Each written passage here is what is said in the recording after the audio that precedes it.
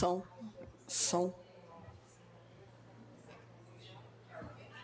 som, som testando.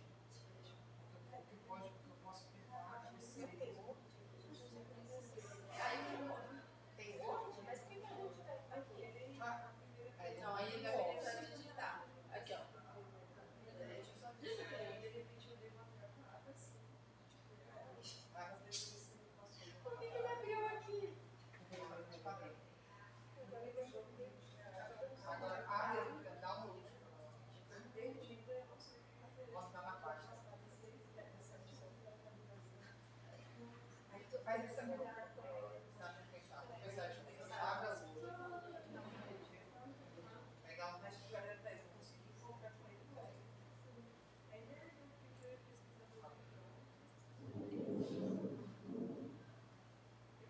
Volta para a minha leitura. Aí foi nesse dia que eu estava em frente. Não, bota aí a gente. Não deixa. Vai ficando então agora. Acertar e passar para a próxima. Por que ele não deixa fazer de todas? Não, mas não vai dar tempo de passar.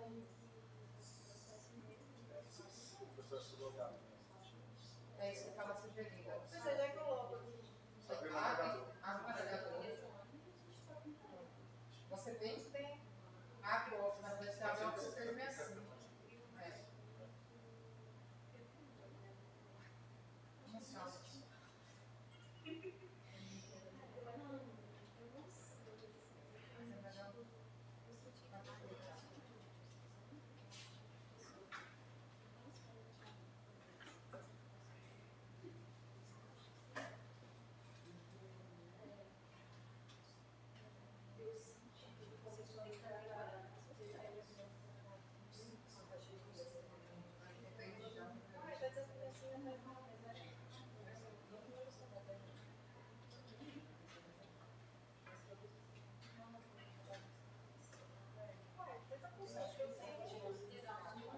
Não tem cola para mais uma coisa.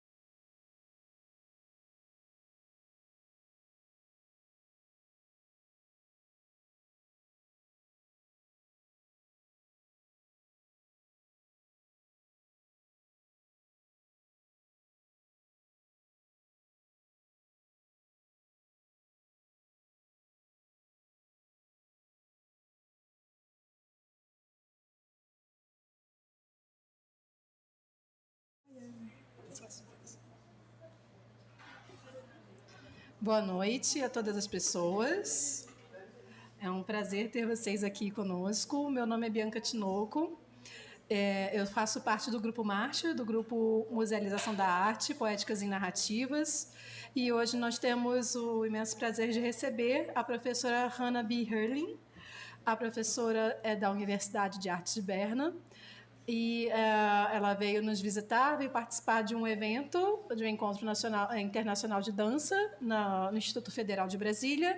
E aí ela gentilmente também veio participar aqui conosco de um workshop que aconteceu hoje, acontecerá amanhã à tarde, e também está participando conosco aqui desta palestra.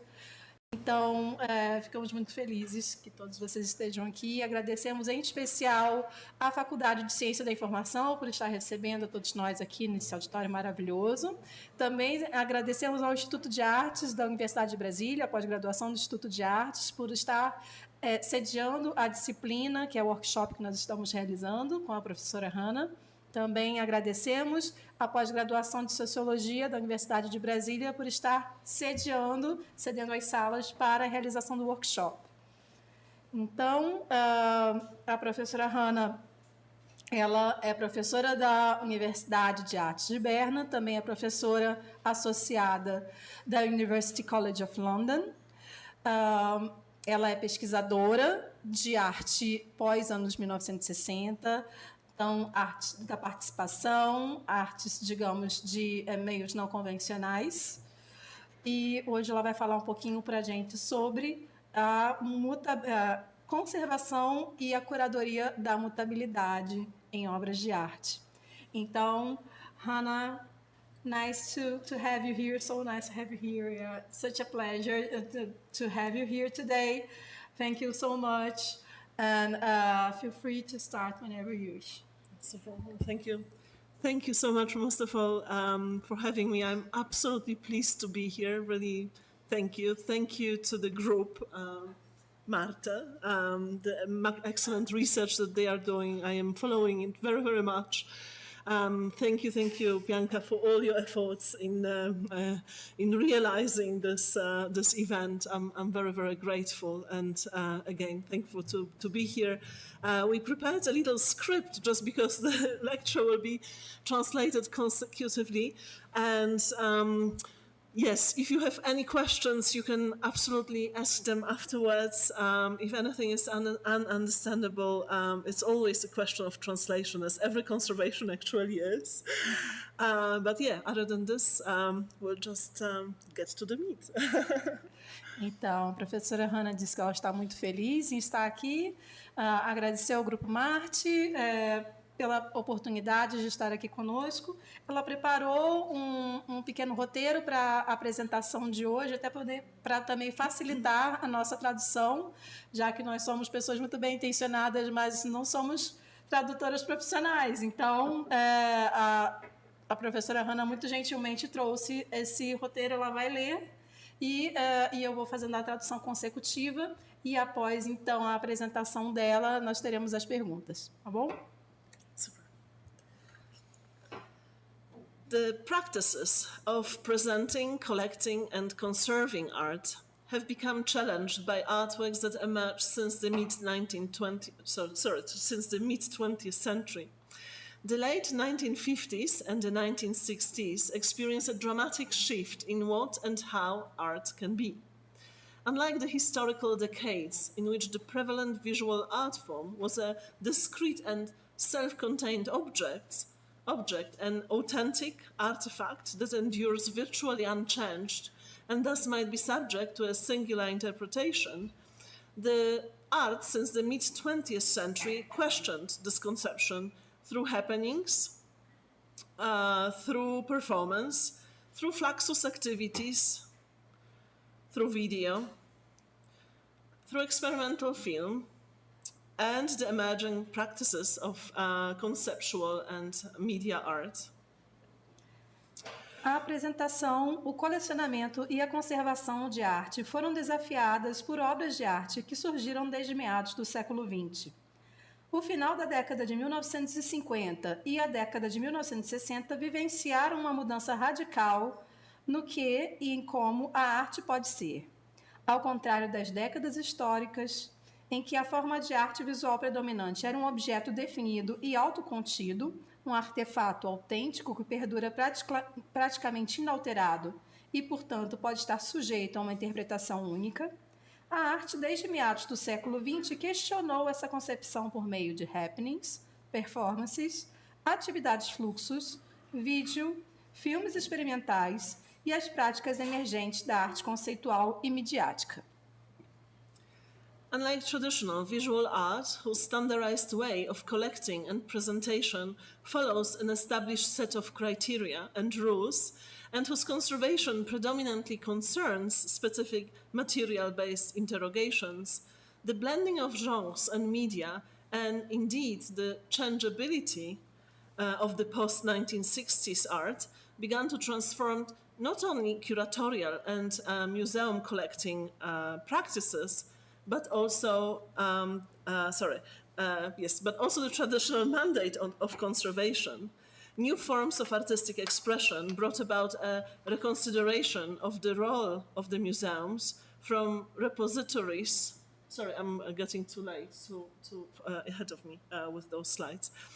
So the practices of traditional sort of conservation became challenged. New forms of artistic expressions brought about a reconsideration of the role of museums from repositories of static artifacts to discursive spaces, including a rethinking of their societal role, while conservation has set off to reconcile with the changeability, variability, and contingencies of this work. Diferentemente da arte visual tradicional, cuja forma padronizada de coleta e apresentação segue um conjunto estabelecido de critérios e regras e cuja conservação diz respeito predominantemente a questionamentos específicos baseados na materialidade, a mistura de gêneros e mídias e, de fato, a mutabilidade da arte pós-década de 1960 começou a transformar não apenas as práticas curatoriais e de colecionamento de museus, mas também os protocolos tradicionais de conservação. Novas formas de expressão artística provocaram uma reconsideração do papel dos museus, de repositório de artefatos estáticos a espaços discursivos, incluindo um repensar do seu papel social, enquanto a conservação começou a se reconciliar com a mutabilidade, a variabilidade e a contingência dessas obras. So, how do these works endure over time, despite their material and conceptual changes? How do their identities unfold concerning knowledge, values, politics, and culture? What does it mean to collect, curate, and conserve changeable artworks? And in this brief introduction, I will basically address some of these questions while unpacking the notions of collecting, curating, and conserving art of the recent past.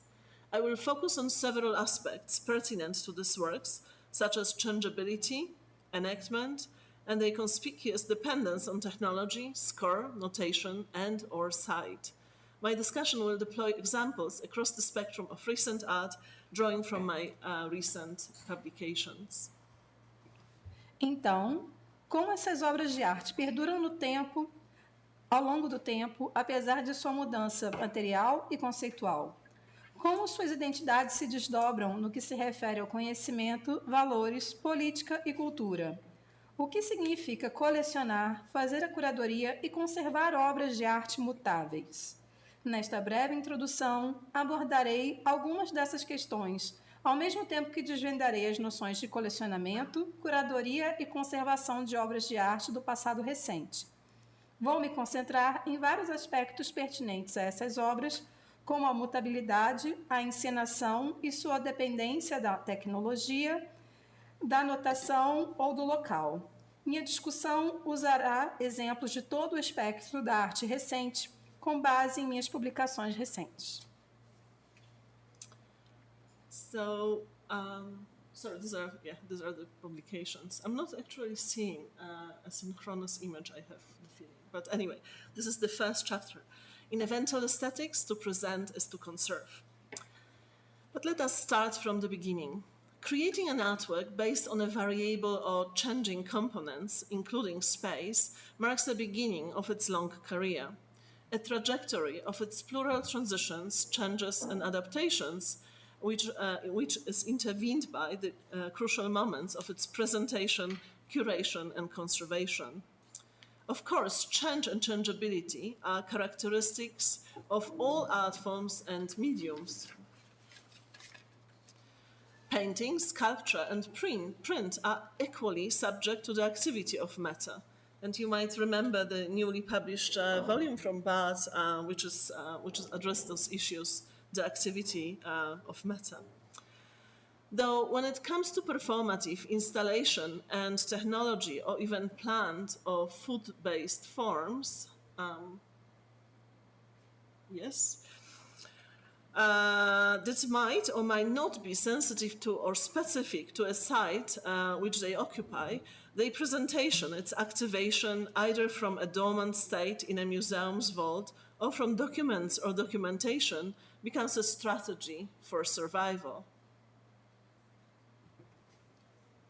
During activation, these works are assessed for necessary technological updates, whether hardware or software related, arranged in spatial constellations, and or tested for functionality. A video work, I show you this one already, like this Alchinoa by Pike, is evaluated with regard to the condition of its moving image carriers. Does it require, for instance, restoration, migration, or emulation? And the technical functionality of its playback apparatus. Does it require a replacement part, for instance? Knowledge is mobilized, metabolized, and passed on.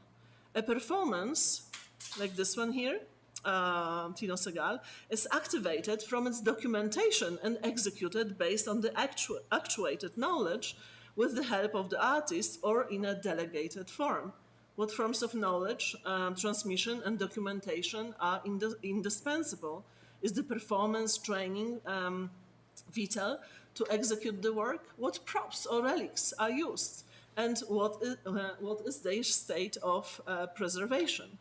Crucially, and unlike a discrete object such as a painting, sculpture, or a print, the majority of those works, if locked in a museum storage, right, in a proper environmental condition for a longer period of time, perhaps in a monitored temperature, light, or humidity, would succumb to oblivion, right? Presenting, installing, performing, and activating these works, oftentimes at the cost of safeguarding the authentic materiality, right? The authenticity of the physical parts, that nota bene poses one of the major conundrums in contemporary conservation, equals their preservation. In other words, because their modus operandi is evental or event-based rather than objectual, object-based, this artwork's presentation equals conservation, and their conservation presentation, although obviously conservation is always richer than this work's presentation. Na estética eventual, apresentar é conservar. Mas vamos começar do início. A criação de uma obra de arte com base em componentes variáveis ou mutáveis, incluindo o espaço, marca o início de uma longa carreira, uma trajetória de transições, mudanças e adaptações plurais, intercaladas com momentos cruciais de sua apresentação, curadoria e conservação. De certo, a mudança e a mutabilidade são características de todas as formas e mídias da arte. Pintura, escultura e gravura estão igualmente sujeitas à atividade da matéria. No entanto, quando se trata de arte performativa, de instalação, de tecnologia ou até mesmo de arte baseada em plantas ou alimentos, que pode ou não ser sensível ou específica ao local que ocupa, sua apresentação, sua ativação, ou de um estado inativo ou existência em um estado inativo na reserva técnica de um museu, ou por meio de documentos e documentação, torna-se uma estratégia de sobrevivência. Durante a ativação, essas obras são avaliadas quanto às atualizações tecnológicas necessárias, sejam elas relacionadas a hardware ou software, organizadas em constelações espaciais, em agrupamentos espaciais, e ou testadas quanto à funcionalidade. Uma obra de arte em vídeo é avaliada com relação à condição de seu portador de imagem e movimento. Requer restauração, migração ou emulação. E também quanto à funcionalidade técnica do seu aparelho de reprodução. Requer uma peça de reposição? O conhecimento é mobilizado, metabolizado e transmitido. Uma performance é ativada a partir da sua documentação e executada com base no conhecimento acionado com a ajuda do artista ou de forma delegada. Quais formas de transmissão, de conhecimento e de documentação são indispensáveis? O treinamento dos artistas é vital para a execução do trabalho? Quais adereços ou relíquias são usados e qual é o seu estado de conservação? Crucialmente, e diferentemente de um objeto contido como uma pintura, escultura ou gravura, a maioria dessas obras se trancada em uma reserva técnica de museu em condições ambientais adequadas por um longo período de tempo, ou seja, com temperatura, luz e umidade monitoradas, sucumbiria ao esquecimento. Apresentar, instalar, executar e ativar essas obras, muitas vezes às custas de salvaguardar a autenticidade, aí com aspas, de suas partes físicas, o que, note-se, representa um dos maiores dilemas da conservação contemporânea, resulta na sua preservação. Em outras palavras, como seu modus operandi é eventual, ou seja, baseado em eventos, e não objetual, baseado em objetos, a apresentação dessas obras resulta na conservação, e sua conservação significa apresentação, embora a conservação seja sempre mais rica do que a apresentação dessas obras. Next chapter, blurring boundaries, presentation, curation, conservation. Therefore, while operating on and in these works, conservation and curation are only apparently distinct professional fields. A belief which is historically grounded in the preponderance of academic formation of curators compared to the necessarily important manual sensitivity and involvement of those tending to the preservation and repair of the physical objects. But this distinction between curation as an intellectually, say, involved way of interacting with the object and conservation as a more practical and hands-on gets in the way of things, not least because conservation professionals have an enormous impact on the artwork's aesthetics and ontology by making decisions about a physical sphere. In addition, when looking closer, the line between deliberate conservation measures and curatorial actions affecting conservation gestures blurs. Not only does conservation curate recent works, but also curatorial practices intervene in a work's materiality. I'm thinking here particularly of the kind of iterant forms of installation art that are very known to many of us, electronic media, and performance.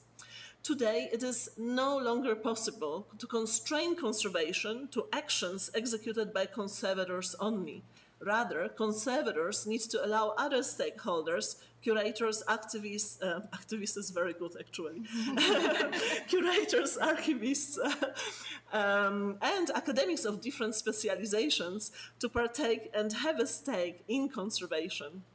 Moreover, the associations with healing artworks that are customarily ascribed to conservation or earlier to restoration are likewise inherent to curation. While a curator has traditionally been considered a keeper or overseer of works of art, curation originates etymologically in the Old French expression curation, meaning treatment of illness, or the Latin curare, to cure.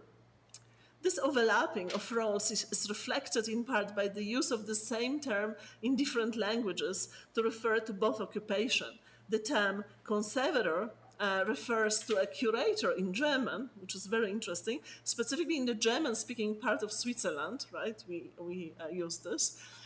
In Italian, also French and Spanish.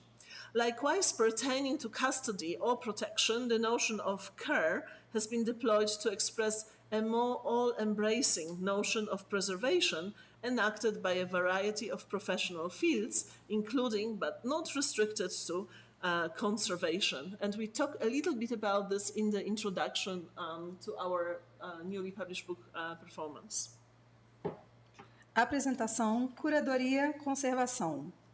Portanto, enquanto operam sobre e nessas obras, a conservação e a curadoria são apenas aparentemente campos profissionais distintos, uma crença que é historicamente fundamentada na preponderância da formação acadêmica dos curadores em comparação com a sensibilidade e o envolvimento manual necessariamente importante daqueles que atuam na preservação e no reparo dos objetos físicos. Mas essa distinção entre a curadoria como uma forma de interação intelectual com os objetos e a conservação como algo mais prático atrapalha as coisas, principalmente porque os profissionais de conservação têm um enorme impacto sobre a estética e a ontologia das obras de arte ao tomar decisões sobre sua esfera física. Além disso, quando se olha mais de perto, a linha entre medidas deliberadas de conservação e ações curatoriais que efetuem os gestos de conservação se torna indistinta. Não apenas a conservação faz a curadoria de obras de arte recentes, mas também as práticas curatoriais intervêm na materialidade das obras. E aí a Hannah coloca que está pensando particularmente nas formas de reiteração das instalações de arte, das mídias eletrônicas e da performance. Hoje, não é mais possível restringir a conservação a ações executadas apenas por conservadores.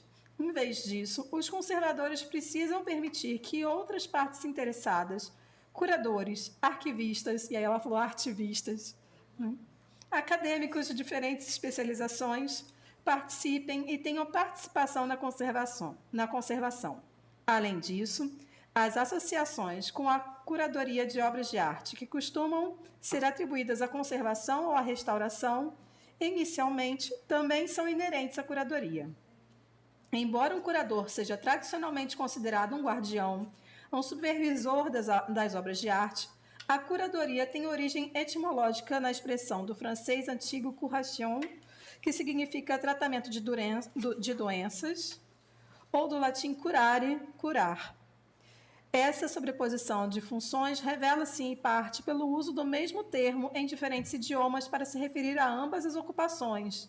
O termo conservador refere-se a um curador em alemão, especificamente na parte de língua alemã da Suíça, de onde vem a Hannah, italiano, francês e espanhol. Igualmente relacionada à custódia ou proteção, a noção de cuidado foi empregada, e aqui cuidado entre aspas, foi empregada para expressar uma noção mais abrangente de conservação adotada por uma variante de campos profissionais, uma variedade de campos profissionais, incluindo, mas não se restringindo, à conservação. E aqui a gente coloca uma pequena observação. Ao longo do texto, a Hannah coloca a palavra care como sendo cuidado, mas a professora Fernanda Werneck chamou a minha atenção de que, no contexto da museologia, care é traduzido usualmente como salvaguarda. Então, sempre que eu falar cuidado, aqui vocês entendam em termos de salvaguarda. Eu vou continuar com a palavra cuidado, porque é a palavra care, que é trazida pela professora, mas entendam aqui como sendo a palavra salvaguarda, relacionada à curadoria, à conservação e à museologia. It would be actually really interesting to have this conversation, across languages and cultural context. Okay, so I will spend some time talking about what is called caring. In the common sense, caring means to tend to others or to demonstrate kindness or concern. Assuming vulnerability as a constant, caring is an interactive process that unfolds itself in the relationship between the carer and the cared for. Today's care ethics, you might know them already, actually exemplified by writers, activists such as Lea Lakshmi Piepzna, Sara Marashina, and the Care Collective, is indebted to the path-breaking work of scholars of feminism and disability. Among many others, Virginia Held, Eva Feder-Kitai, Selma Sevenhaisen, and John Tronto argued for critical necessity of care not only interpersonally, but also as a fundament of institutions and systems. For philosopher Bernard Stiegler, care encapsulates the theme of thinking carefully. imperative for cohabitation with other beings. Caring is, if pursued ethically, a conscious rather than intermittent activity, not only a reaction to acute injury or illness, but a foundation of well-being that requires constant tending. Shall we go? Let me Shall we? describe. Okay. In 2020, the Baltimore Museum of Art caused an uproar when it announced that it would devote funds earmarked for collection care to raising staff salaries, part of a commitment to paying every employee a living wage. Many objected to that latter concern, however admirable, because this should not be confused or connected with the maintenance of works of art. Yet, especially as conservation relies increasingly on expanding networks of artists, performers, witnesses, and a range of other professional and non-professional individuals, care for human beings, becomes increasingly difficult to disentangle from the care of artworks.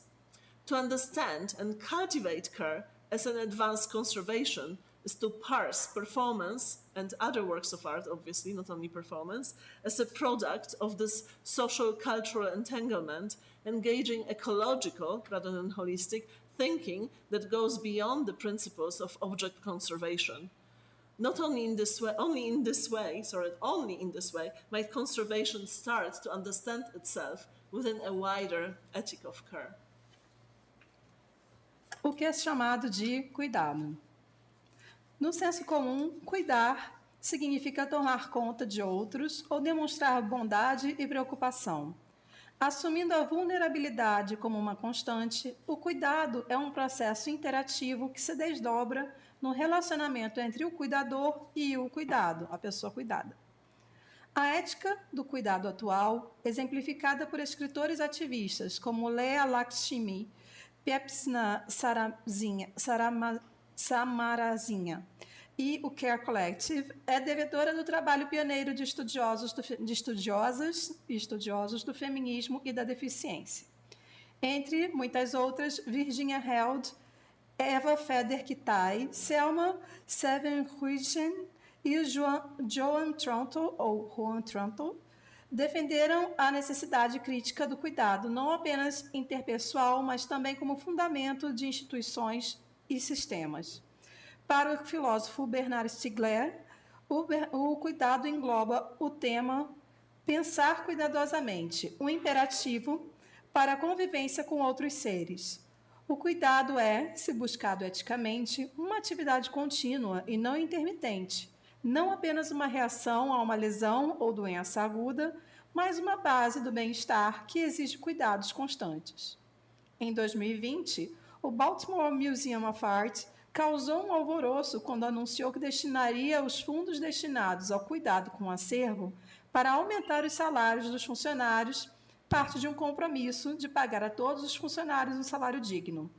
Muitos objetaram que essa última preocupação, por mais admirável que fosse, não deveria ser confundida ou relacionada à manutenção de obras de arte. No entanto, especialmente por a conservação depender cada vez mais da expansão das redes de artistas, intérpretes, testemunhas e uma série de outros indivíduos profissionais e não profissionais, torna-se cada vez mais difícil separar o cuidado com os seres humanos do cuidado com as obras de arte. Entender e cultivar o cuidado como uma conservação avançada é analisar a performance como um produto desse emaranhado sociocultural, envolvendo um pensamento ecológico e não holístico que vai além dos princípios da conservação de objetos. Somente dessa forma, a conservação poderá começar a ser entendida dentro de uma ética mais ampla do cuidado. Performance and other works, yes? Did you say this? Yes. Super. Okay, so now from this kind of thinking about, sorry, is this, yes, yeah. From thinking about an expanded notion kind of conservation as care, when we talk about changeability, we cannot discuss, or many cannot construe a discussion of changeable artworks without a mention of authenticity. And this is a notion, I think, that persisted quite a long time. There are a few theorems that have shaped conservation and museological discussions more than authenticity and its related terms originality, intention, in that these terms allowed the discussion to operate within a safe space, right? Subjectively construed in the best case or entirely imaginary in the worst of what is permissible and what should be limited in doing conservation work. And just to run the risk of overgeneralization, as you know, conservation was often thought to recover the authentic artwork's original condition while honoring artistic intention. To describe an artwork as an authentic or original is to follow the premise that it persists in its spatio-temporal characteristic, virtually unchanged, right? If a work is changeable, how does it retain, then, its authenticity?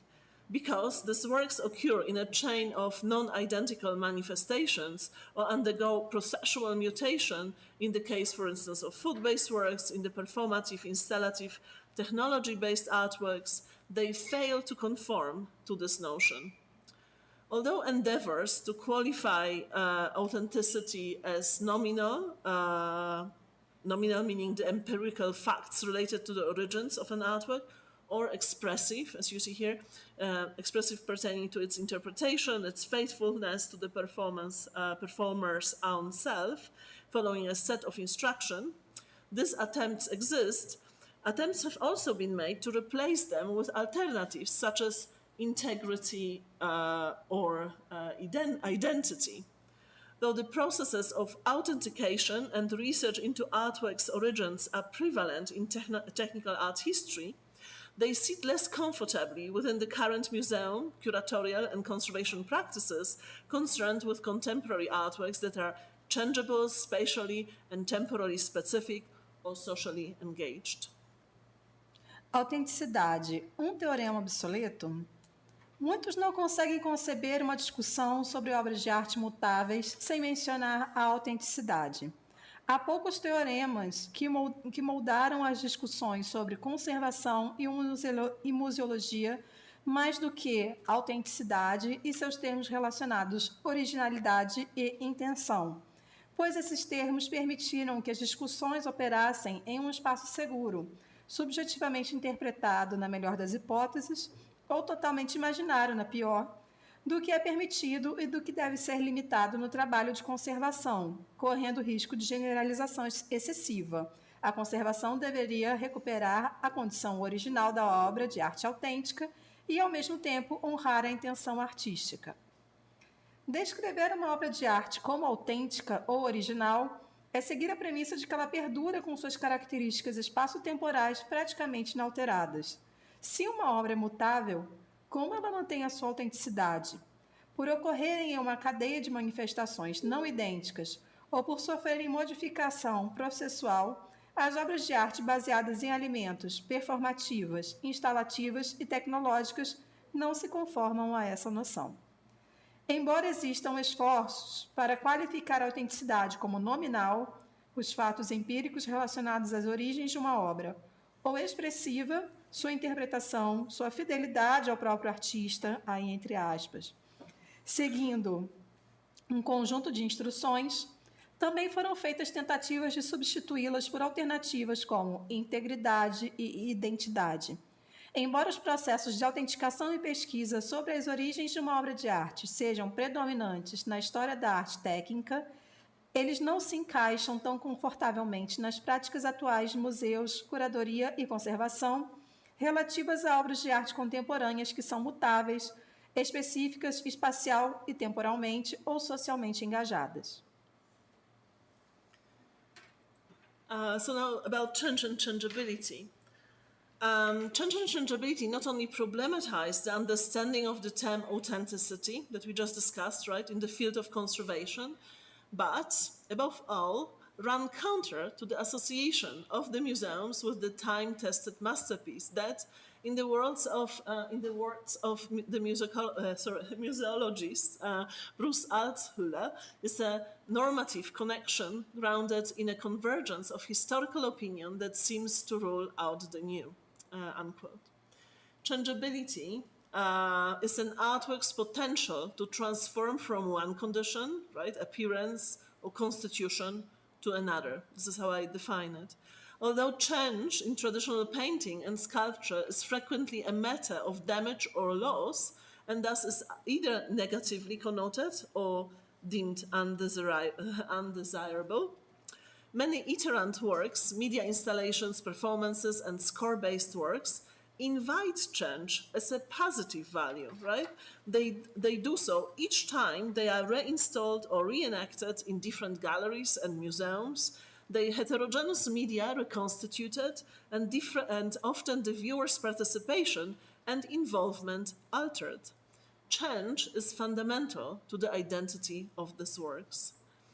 Changes to an artwork can be intrinsic, as when a work is conceived as open, designed to be different each time it is materialized or performed, like performance works,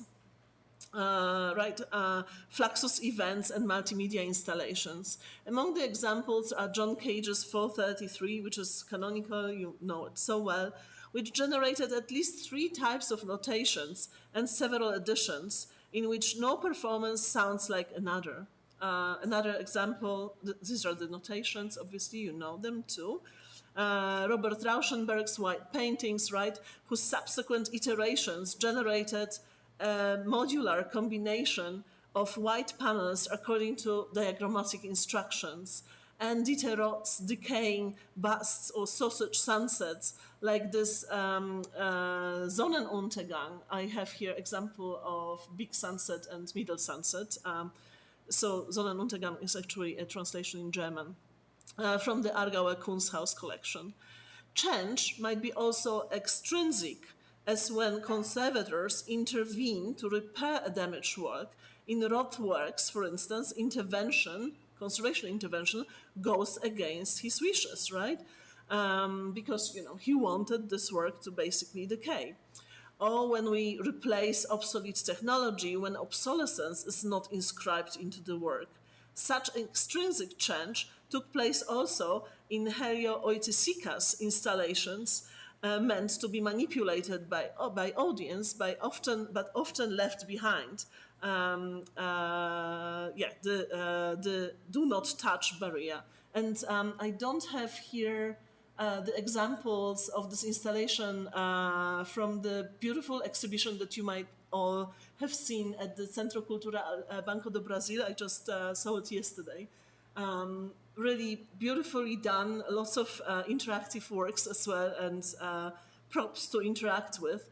But for instance, his installations Tropicalia that I saw at Tate a few years ago was completely, showed completely deactivated, posing really huge, I think, curatorial conservation problems. And this is, for me, a type of extrinsic change.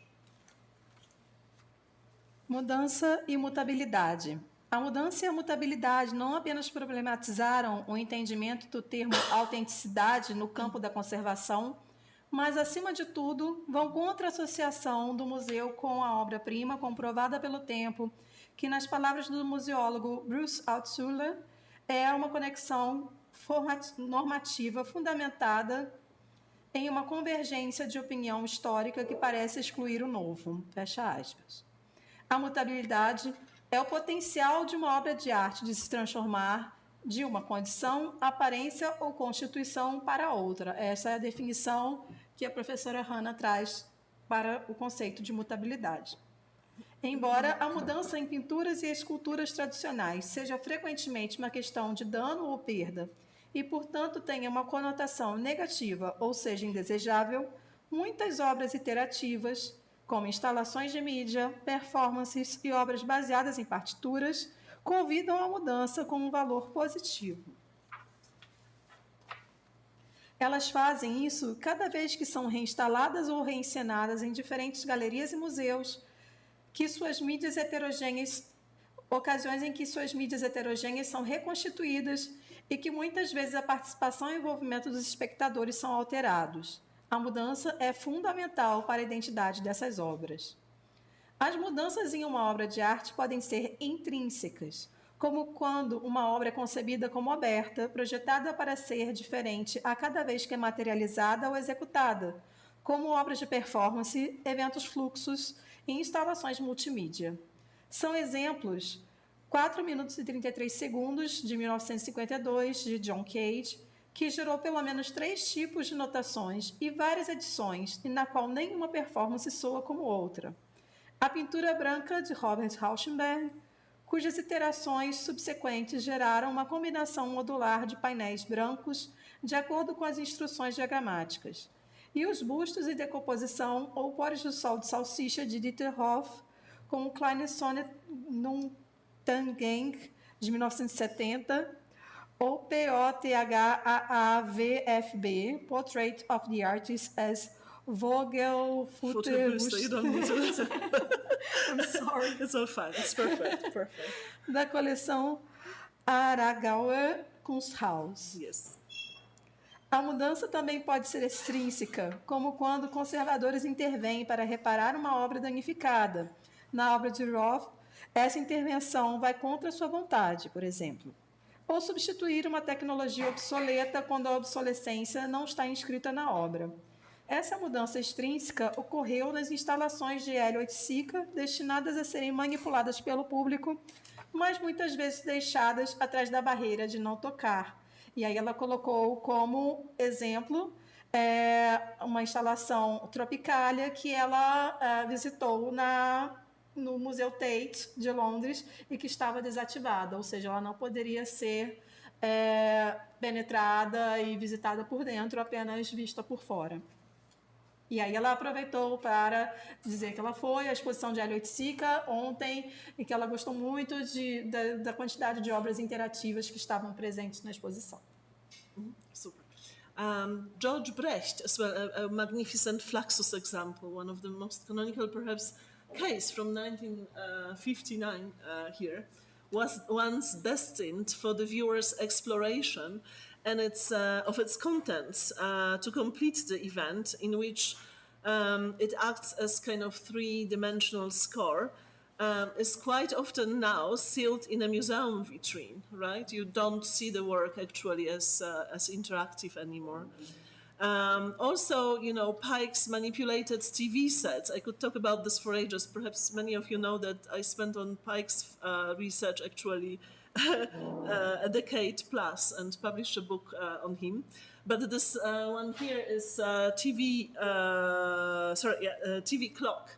And it functions, I go off the script now, it functions through the manipulation of the inner circuits, of the cathode ray tube monitor, right? So it's a very kind of mechanical intervention that Pike did in order to achieve this kind of line. And then he moved this line slightly in each TV as to achieve this kind of beautifully, kind of evocative electronic image.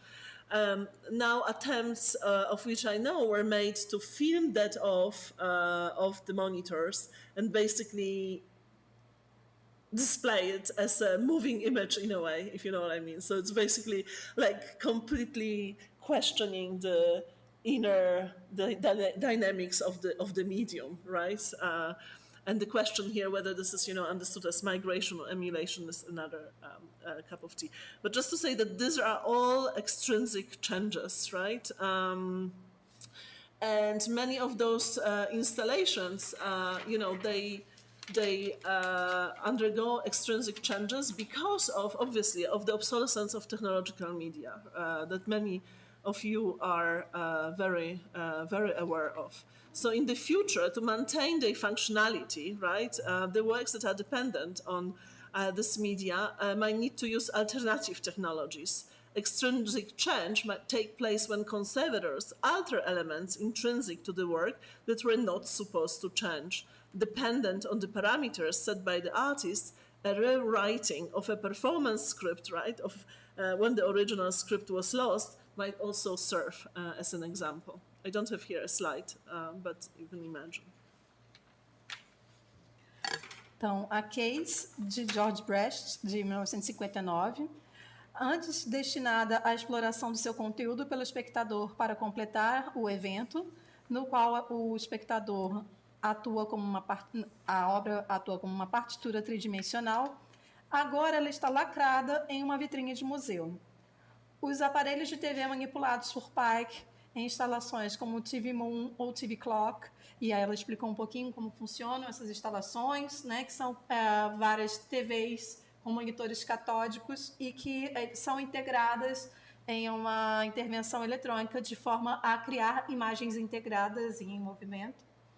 Dependem de tecnologia específica, de CRT, tubos de raios catódicos e da manipulação de seus circuitos internos. Uma tentativa de filmar as esferas da Lua ou o relógio da tela e reproduzi-los como uma imagem em movimento, em vez de imagens manipuladas, é um exemplo de mudança extrínseca radical. Em muitas instalações de mídia que empregam CTRs, monitores de tubo de raios catódicos, em razão de os aparatos tecnológicos não serem mais fáceis de se adquirir ou consertar, no futuro, para manter sua funcionalidade, os trabalhos que dependem deles para funcionar talvez precisem usar tecnologias alternativas. A mudança extrínseca pode ocorrer quando os conservadores alteram elementos intrínsecos à obra que não deveriam mudar. Dependendo dos parâmetros definidos pelo artista, a reescrita de um roteiro de performance, quando o roteiro original é perdido, também pode servir como exemplo de mudança extrínseca. Curators and conservators can participate in both categories of change, right? The extrinsic, the intrinsic, allowing change or limiting its extent to maintain the work's identity. Nam June Paik's canonical TV garden, you see here in one iteration, a multimedia installation that consists of Pike's video global groove played on a variable number of monitors arranged amongst living plants can change physically in tangible and identifiable ways and also discretely. To discern what has changed would require precise optical devices and profound knowledge of the work's materials, as well as considerable time investment on the part of a conservator or a curator. If a multimedia installation consists of numerous components joined in an interrelated system of sorts, a kind of cosmos of sorts, say, then any change in a constituent part can shift its relationship to other parts, right?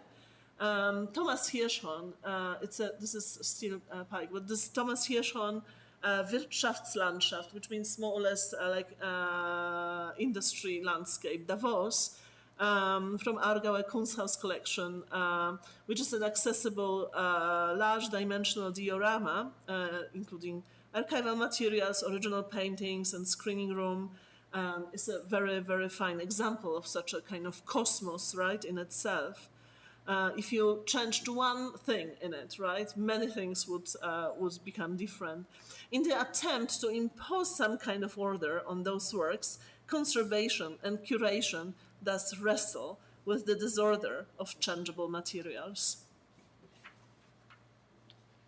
Os curadores e conservadores podem participar de ambas as categorias de mudança, intrínseca ou extrínseca, permitindo a mudança ou limitando sua extensão para manter a identidade da obra. A canônica TV Garden, de Nam June Paik, de 1974, uma instalação multimídia que consiste no vídeo Global Groove, de 1973, de Paik, reproduzido em um número variável de monitores dispostos entre plantas vivas, pode mudar fisicamente, de forma tangível e identificável e ou discretamente. Para discernir o que mudou, seriam necessários dispositivos ópticos precisos e um profundo conhecimento dos materiais da obra, além de um investimento considerável de tempo por parte de um conservador ou curador.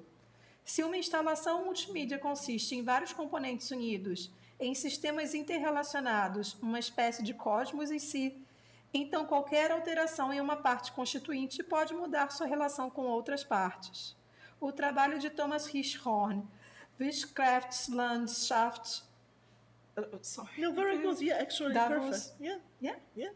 Da coleção Aargauer Kunsthaus, que é um diorama acessível de grandes dimensões, que inclui materiais de arquivo, pinturas originais e uma sala de projeção é um ótimo exemplo. Na tentativa de impor algum tipo de ordem a essas obras, a conservação e a curadoria lutam contra a desordem dos materiais mutáveis.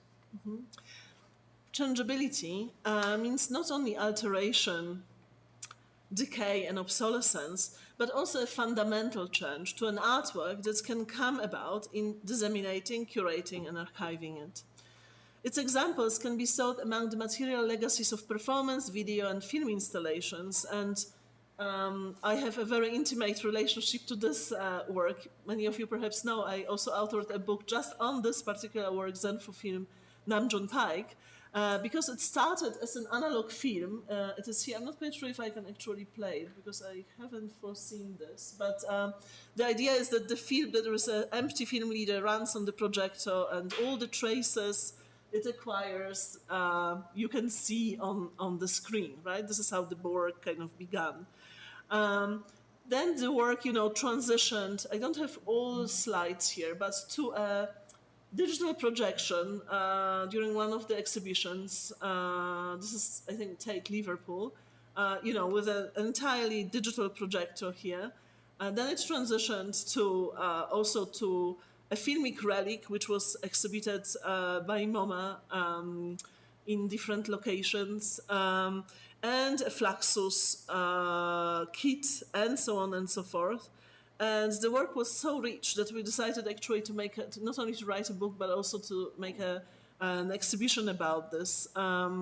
So as an example of a fundamental change, how a work can basically still be considered the same, changing so much from the initial kind of film projection to filmic relic and to digital projection and so on and so forth.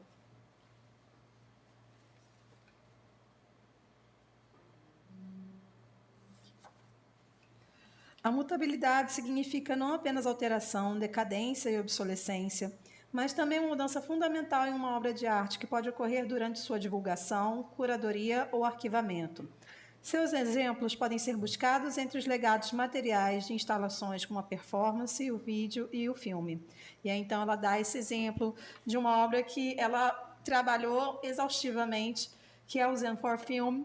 É uma obra de 1954, montada em 1962, ou a partir de 1962, Namjoon Paik, e que essa obra ela considera tão rica que ela fez um livro sobre essa obra e também uma exposição sobre essa obra.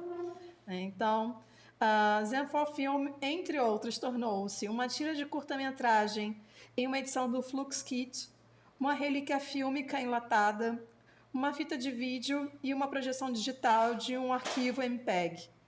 E um filme exibido no MoMA também, entre outros. O livro Revisions, Zen for Film, e uma exposição homônima da galeria do Bard Institute Center em Nova York, de setembro de 2015 a fevereiro de 2016, contam a sua história. Further instances might be sought where, in the absence of the live event, the objectual components, relics, documentation, or instruction, not only stand in, but also represent, right, the otherwise performative work. Notorious illustration of fundamental change is Jean Tinguely's Machine Spectacle. Perhaps you know him. He was a Swiss artist and quite often produced this beautiful kinetic works that were thought to be moving, might sometimes even exploding, and so on and so forth. Nowadays presented in museums as relics, a result of material retirement, often inevitable due to the wear and tear of the component parts. And here's just one example of them at Stedelijk. Yeah, okay. Outros exemplos podem ser buscados quando, na ausência do evento ao vivo, os componentes objetivos, as relíquias, objetivos ou objetuais, as relíquias, a documentação ou as instruções não apenas substituem, mas também representam o trabalho performativo. Uma ilustração notória de uma mudança fundamental é o espetáculo da máquina, entre aspas, de Jean Tinguely, apresentado em museus como relíquias, resultado da aposentadoria material, muitas vezes inevitável devido ao desgaste dos seus componentes. Outros exemplos são as obras Gizmo, de 1960, do próprio Ting Lee, no Stedelijk Museum, Leftovers, de 1997 e 2009, e os vestígios objetuais da performance de... We leave it out. Okay. I haven't said that yet, but it's fine. No, that's... We start from changeability. Yeah, no some color. Oh, okay, exactly. okay. So although changeability can ensure an artwork's continued existence, not all change is good, nor is survival desirable if to survive the object becomes something else. If change alters a work's identity, right? Instead of focusing on the number of changes that an artwork experienced or on the kind of changes, we could also look at the degree of change permissible in the work, contingent on the work's open status or on its character, as determined by the behavior of its works or of its components. In a media installation, such as this large-scale David Hall end piece here, these components are playback and display equipment, its sculptural value and the value of the non-technological sculptural elements, the ratio between the exchangeable and fixed elements, its relation to space, to the viewer, his or her involvement, and so forth and so on. Embora a possibilidade de mudança possa garantir a existência contínua de uma obra de arte, nem toda mudança é boa, nem sua sobrevivência é desejável se, para sobreviver, o objeto se tornar outra coisa, se a mudança alterar a identidade de uma obra. Em vez de nos concentrarmos no número de mudanças que uma obra sofreu, ou no tipo de mudanças, poderíamos analisar o grau de mudança permitido ou passível em uma obra, dependendo do status aberto da obra ou de seu caráter, conforme determinado pelo comportamento de seus componentes. Em uma instalação de mídia, esses componentes são equipamentos de reprodução e exibição, seu valor escultural e o valor de outros elementos escultóricos não tecnológicos, a proporção entre os elementos intercambiáveis e fixos, sua relação com o espaço e com o envolvimento da espectador ou espectador, e assim por diante. I would like to spend some few minutes on the kind of question of site specificity or sensitivity, and actually come back to the work which I already presented you with Pike's TV Garden.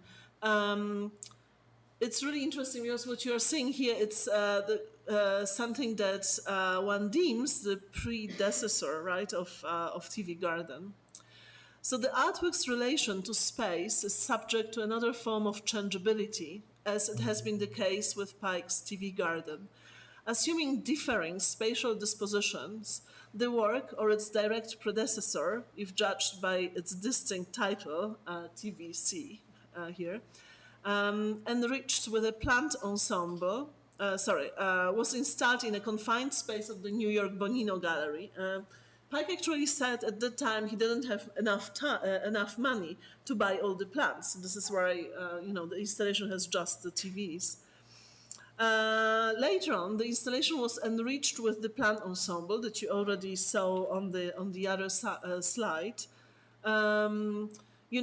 Had very, very different spatial disposition in different venues. I didn't bring all the slides here but this is an iteration in Seoul where you can basically walk around this, but not through it, as in the Guggenheim.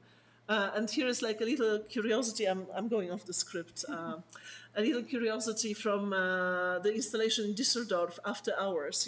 Switched off, where all the plants, so to say, needs to be replaced, and the monitors obviously don't play the image. So, originating from the hand of the artist or his curator, each spatial arrangement left a distinct autographic mark on the work, right? Reminding us that despite its openness, the work might generate a site sensitivity or sensibility, right? By firmly inscribing significant spatial constellations into its trajectory. You don't need to enumerate all the iterations because I didn't bring them all as slides. Sensibilidade e especificidade do local. A relação da obra de arte com o espaço está sujeita a outra forma de mutabilidade, como foi o caso do TV Garden de Pike. Daí ela contou uma série de fatos interessantes, né? Então, ela colocou, por exemplo, que na primeira montagem, as TVs foram utilizadas por Pike. Were they used because he didn't have enough money To buy plants, yes. Então, as plantas foram usadas, quer dizer, as TVs foram usadas porque o Pike não tinha muito dinheiro na época para comprar mais plantas para a instalação. Então, ele usou TVs no lugar de plantas. Então, instalada, então, pela primeira vez na Galeria Bonino de Nova York, em 1974, a TVC, né? Então tem TV Garden, e assumindo diferentes disposições espaciais, a obra, sua predecessora direta, se julgada por seu título distinto, foi instalada em um espaço confinado da Bonino Gallery de Nova York em 74, TVC. Depois, enriquecida com um conjunto de plantas nos espaços da exposição da Documenta 6 em Kassel, em 77, e aí outras exposições, o que permitiu que o espectador caminhasse pela obra, por exemplo, na exposição de 2000 no Guggenheim Museum de Nova York. Originário da mão do artista ou de seu curador, cada arranjo espacial deixou uma marca autográfica distinta na obra, lembrando-nos de que, apesar de sua abertura, a obra pode gerar uma sensibilidade ao local ao escrever firmemente constelações, conjuntos espaciais significativos em sua trajetória. I don't think you mentioned this, but you don't need to do the after hours kind of sort of, Ok. view of this. Ela está me chamando a atenção que eu realmente não comentei que em uma das montagens houve essa questão de que os monitores não demonstravam nenhuma imagem mais, né, por conta aí dessa questão toda da obsolescência, e também as plantas precisaram ser mudadas ao longo da instalação. Super, thank you. Not all artists permit change, right? We know all of this. And some of them even insist on the site specificity or site sensitivity of their works. The minimalist artist Robert Arvin allowed for the transfer of ownership of his installations under the premise that the works be created in the same shape. In some cases, however, an adherence to site prevented any spatial transformation from taking place. The Whitney Museum allegedly lost his Irvine screen veil, a black rectangle, natural light. You see it here. I don't know if you can discern it, because when I saw first time the work, I actually have the screen is basically hanging here, and people can kind of walk through it. So this large-scale installation was made specifically for the museum's fourth floor, and as a result of a relocation from the Brauer building to its new premises in the meatpacking district, the museum apparently lost this installation. Similarly, after an acrimonious public debate, this work perhaps as well, this is Richard Serra, obviously, Tilted Arc from 1981. Serra refused to relocate this notorious work from the grounds of the Federal Plaza in Manhattan, in New York, for which it was created and where it received criticism for uncomfortably, for some, intervening in public space, which led to the work's elimination and destruction in 1989. Nem todos os artistas permitem mudanças, e alguns até insistem na especificidade ou sensibilidade de suas obras em relação ao local. O artista minimalista Robert Irving permitiu a transferência da propriedade de suas instalações sob a premissa de que as obras fossem recriadas no mesmo formato. Em alguns casos, entretanto, a adesão ao local impediu que ocorresse qualquer transformação espacial.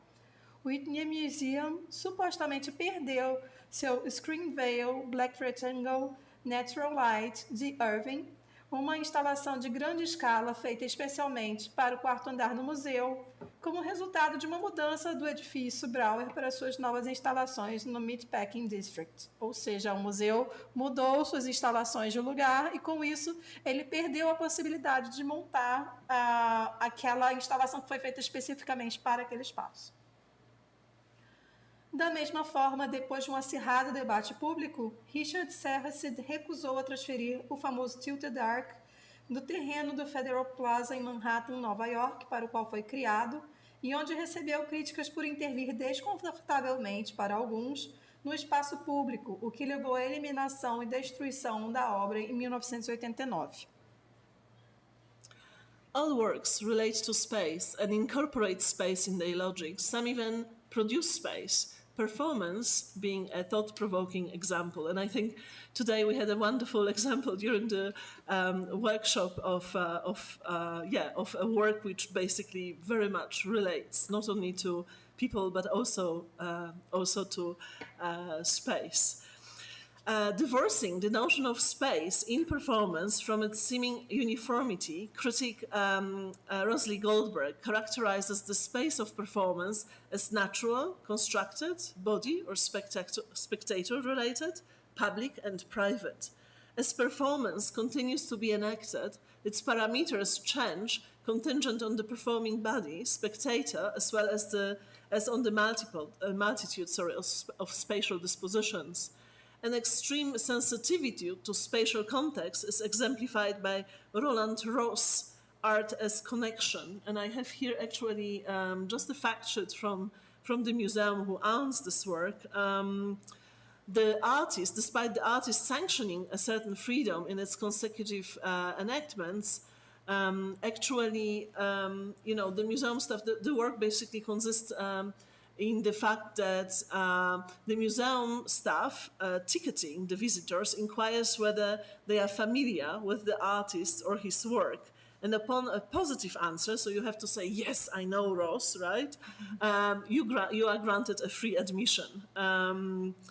Although the artwork can be realized as long as there is an art institution wishing to execute it, finances to sponsor a free admission, and people who know the artist, the work, because it carries the title of its original exhibition, Art as Connection, you remember, will always be bound to its space. Todas as obras se relacionam com o espaço e incorporam o espaço em sua lógica. Algumas até produzem espaço, sendo a performance um exemplo instigante. E aí, então, a Hannah Hurling mencionou uma performance maravilhosa que nós tivemos hoje durante o workshop da disciplina Seminário de Arte, Imagem e Cultura 1, que está sendo promovido hoje e amanhã, como eu mencionei no início da palestra. E aí nós tivemos uma performance que se chama Cala a Boca Já Morreu, do coletivo 3P. Então, a Marcela Campos, que está aqui também na nossa plateia, agradecemos imensamente mais uma vez. Ao separar a noção de espaço na performance da sua aparente uniformidade, a crítica Rosalie Goldberg caracteriza o espaço da performance como natural, construído, relacionado ao corpo ou ao espectador, público e privado. À medida que a performance continua a ser encenada, seus parâmetros mudam de acordo com o corpo do artista e do espectador, bem como com a multiplicidade de disposições espaciais. Uma sensibilidade extrema ao contexto espacial é exemplificada pela performance, pelo trabalho interativo Art as Connection, de Roland Ross, apesar de o artista admitir uma certa liberdade em suas encenações consecutivas. E aí, como é instalado o trabalho? A equipe do museu entrega os ingressos aos visitantes e pergunta se eles conhecem o artista ou sua obra. Se a resposta for positiva e bastante afirmativa, sim, claro que eu conheço a obra dele. Então, concedem ao visitante uma entrada gratuita para o museu. Embora a obra de arte possa ser realizada desde que haja uma instituição de arte que deseje executá-la, existem algumas particularidades, finanças para patrocinar a entrada gratuita e pessoas que de fato conheçam o artista. Então, a obra, por ser portadora do título da sua exposição de origem, sempre estará vinculada ao seu espaço. I would like to spend a few minutes now on this idea of score notation and instruction-based works that not only score notation and instruction-based works not only enable consecutive manifestations, but also evoke musical ontologies. It is here that the performance of a visual art piece, a multimedia installation, right, based on oral or textual instruction, a fluxus event, or a conceptual artwork meets the tradition of performed music. Lydia Gör, someone whom I really admire. I don't have actually her book here on the slides, but you might know her. In her essay on the philosophy of music, saw by the end of the 18th century an approximation of musical forms to plastic arts through the emergence of the regulative work concepts. These cases might point in the opposite direction, the cases that we discussed so far, namely towards the loosening of the constraints of visual arts by the liberation from performance and from the doctrine of a singular object. Here, the move is toward a work axiom that sanctions multiple materializations, enactments, installations, or realizations. But the connotations with music in the post-1960s work are much to the experimental music and the post-Cagean aesthetics. And you remember I brought up Cage already here, just to remind you with this two of the many scores that he wrote for 433. Composer Cage, by replacing the conventions of Western musical notation in his 333 with compressed text and graphics, he produced at least 3 different of those scores. Not only extended the notion of a score, but also inaugurated a model of a score object with consequences for Fluxus, as you already know, and crucially George Brecht. You remember the case that I shown you. In the post-Cagean moment, words to be read are inseparable from the actions to be performed, right? Not only once, obviously, but multiple times. Like the Fluxus score here, or Fluxus-based works, like Fluxus score-based works, other forms of score or instruction-based art are shaped by the affordances of the collections harboring them, and are shaped also by the events and actors involved in the realization of the multiple stages. However, Fluxus event scores are often offered for visual contemplation, and perhaps many of you already saw Fluxus in galleries that are displayed as physical objects, right, or in vitrines or on the walls.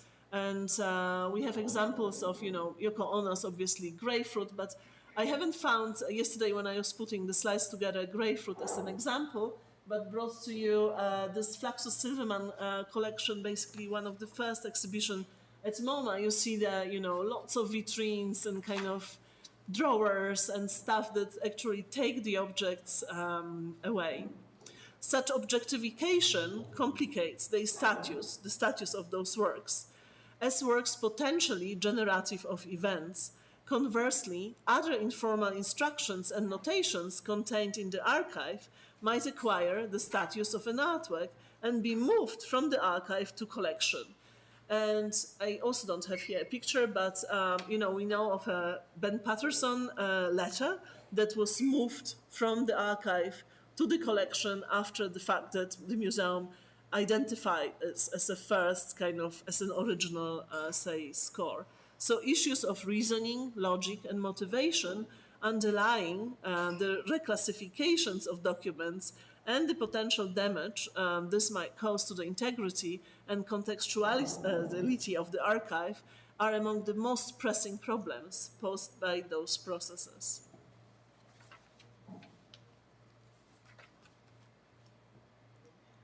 Trabalhos baseados em partituras, notações e instruções e o museu. Então, ela sugere aí passar alguns momentos falando sobre essa questão relacionada especial com a ontologia da música. Trabalhos baseados em partituras, notações e instruções não apenas permitem manifestações consecutivas de trabalhos, mas também evocam ontologias musicais. É aqui que a performance de uma obra de arte visual, uma instalação multimídia, baseada em instruções orais ou textuais, um evento fluxos ou uma obra de arte conceitual, encontra a tradição da música executada. Lydia Gurr, que ela destaca como uma autora que ela admira muito, que é uma pena que ela não tem aqui nenhuma capa de um livro para mostrar para vocês. Em seu ensaio sobre a filosofia da música, viu no final do século XVIII uma aproximação das formas musicais com as artes plásticas por meio do surgimento do conceito de trabalho regulador. Esses casos podem apontar na direção oposta, ou seja, para o afrouxamento das restrições das artes visuais por sua liberação da permanência da doutrina do objeto singular. Aqui, o movimento é em direção ao axioma de trabalho que sanciona múltiplas materializações, encenações, instalações ou realizações. Mas as conotações com a música nas obras pós-década de 1960, devem muito à música experimental e à estética pós-cageiana. E aí ela fez referência às obras anteriores do Cage que ela demonstrou aqui. O que significa uma dessubjetivação e autocontrole do processo criativo. John Cage, ao substituir as convenções da notação musical ocidental em seu 433 por textos e gráficos compactados, ele produziu ao menos 3 partituras diferentes e várias edições, não apenas ampliou a noção de partitura, mas também inaugurou um modelo de objeto de partitura, com consequências para o fluxus e, de modo crucial, para George Brecht. Lembre-se do exemplo anterior que ela deu. No momento pós-cageiano, as palavras a serem lidas são inseparáveis das ações a serem executadas, não apenas uma, mas várias vezes. Assim como as obras baseadas em partituras do fluxus, outras obras de arte baseadas em partituras ou instruções são moldadas pelas possibilidades das coleções que as abrigam e são moldadas por eventos e atores envolvidos nas realizações de seus múltiplos estágios. Aqui, atores lidos como agentes, de uma maneira mais geral. No entanto, as partituras dos eventos do fluxo são frequentemente oferecidas para a contemplação visual, exibida em galerias como objetos físicos, em vitrines ou nas paredes. E daí a foto que ela demonstrou foi de uma exibição no MoMA, né, de uma exposição no MoMA, em que se podia ver aí o número de vitrines que impediam o manuseio dos trabalhos, embora permitissem a visualização deles. Essa objetificação complica o seu status como obras potencialmente geradoras de eventos. Por outro lado, outras instruções e notações informais contidas nos arquivos podem adquirir o status de uma obra de arte e ser transferidas do arquivo para o acervo. As questões de raciocínio, lógica e motivação subjacentes às reclassificações de documentos e o possível dano que isso pode causar à integridade e à contextualidade do arquivo estão entre os problemas mais urgentes apresentados por esses processos. The realization of an instruction-based work, whether a performance or an installation, requires a two-stage structure, right? The presence of an instruction and its execution. Although artists may thinly or thickly specify their works, and thinly means just not to such an extent, and thickly perhaps very, very detailed, it can be said that instruction-based works in general may entail multiple levels of interpretations. The artwork might be interpreted distinctively, right, by the reader of the instruction and by its activator, by the performance participant, and by the conservator or curator. These modalities of participation in a work inflict on the museums an openness to an acceptance of actors, right? Various actors that are only seemingly external to the work, assuming that an internal actor would be perhaps the work creator. They also inevitably maneuver the work into the recognition of the embodied subjective and situated knowledge, skill, and memory distributed across these actor networks, and indispensable to the sustenance of instruction-based works. Further down the line, the reliance on memory in these works might imply the acceptance of loss, right, in the case of intentional or not forgetfulness, or in the absence of the knowing subject, someone who knows, right, about the work. In artworks characterized by an intermittent rather than continuous existence in space-time, I'm thinking here about performance, installation, and media art, documentation, right, steps in. And you know it already, filmic, photographic, written, or drawn, as evidence of this work's occurrence as physical constellation of matter. Here, documentation, whether generated by the artist or by the artist's assistant, technician, or a museum professional, might be regarded as a form of primary or secondary score or notation. Because these works are too often subjected to an ontology of disappearance, right? You remember Fegi Phelan here. Documentation is regarded as the most important element in their care, expanding the ever-accumulating bureaucratic archive, where folders upon folders, digital or paper evidence accumulates ceaselessly in anticipation of a safe future.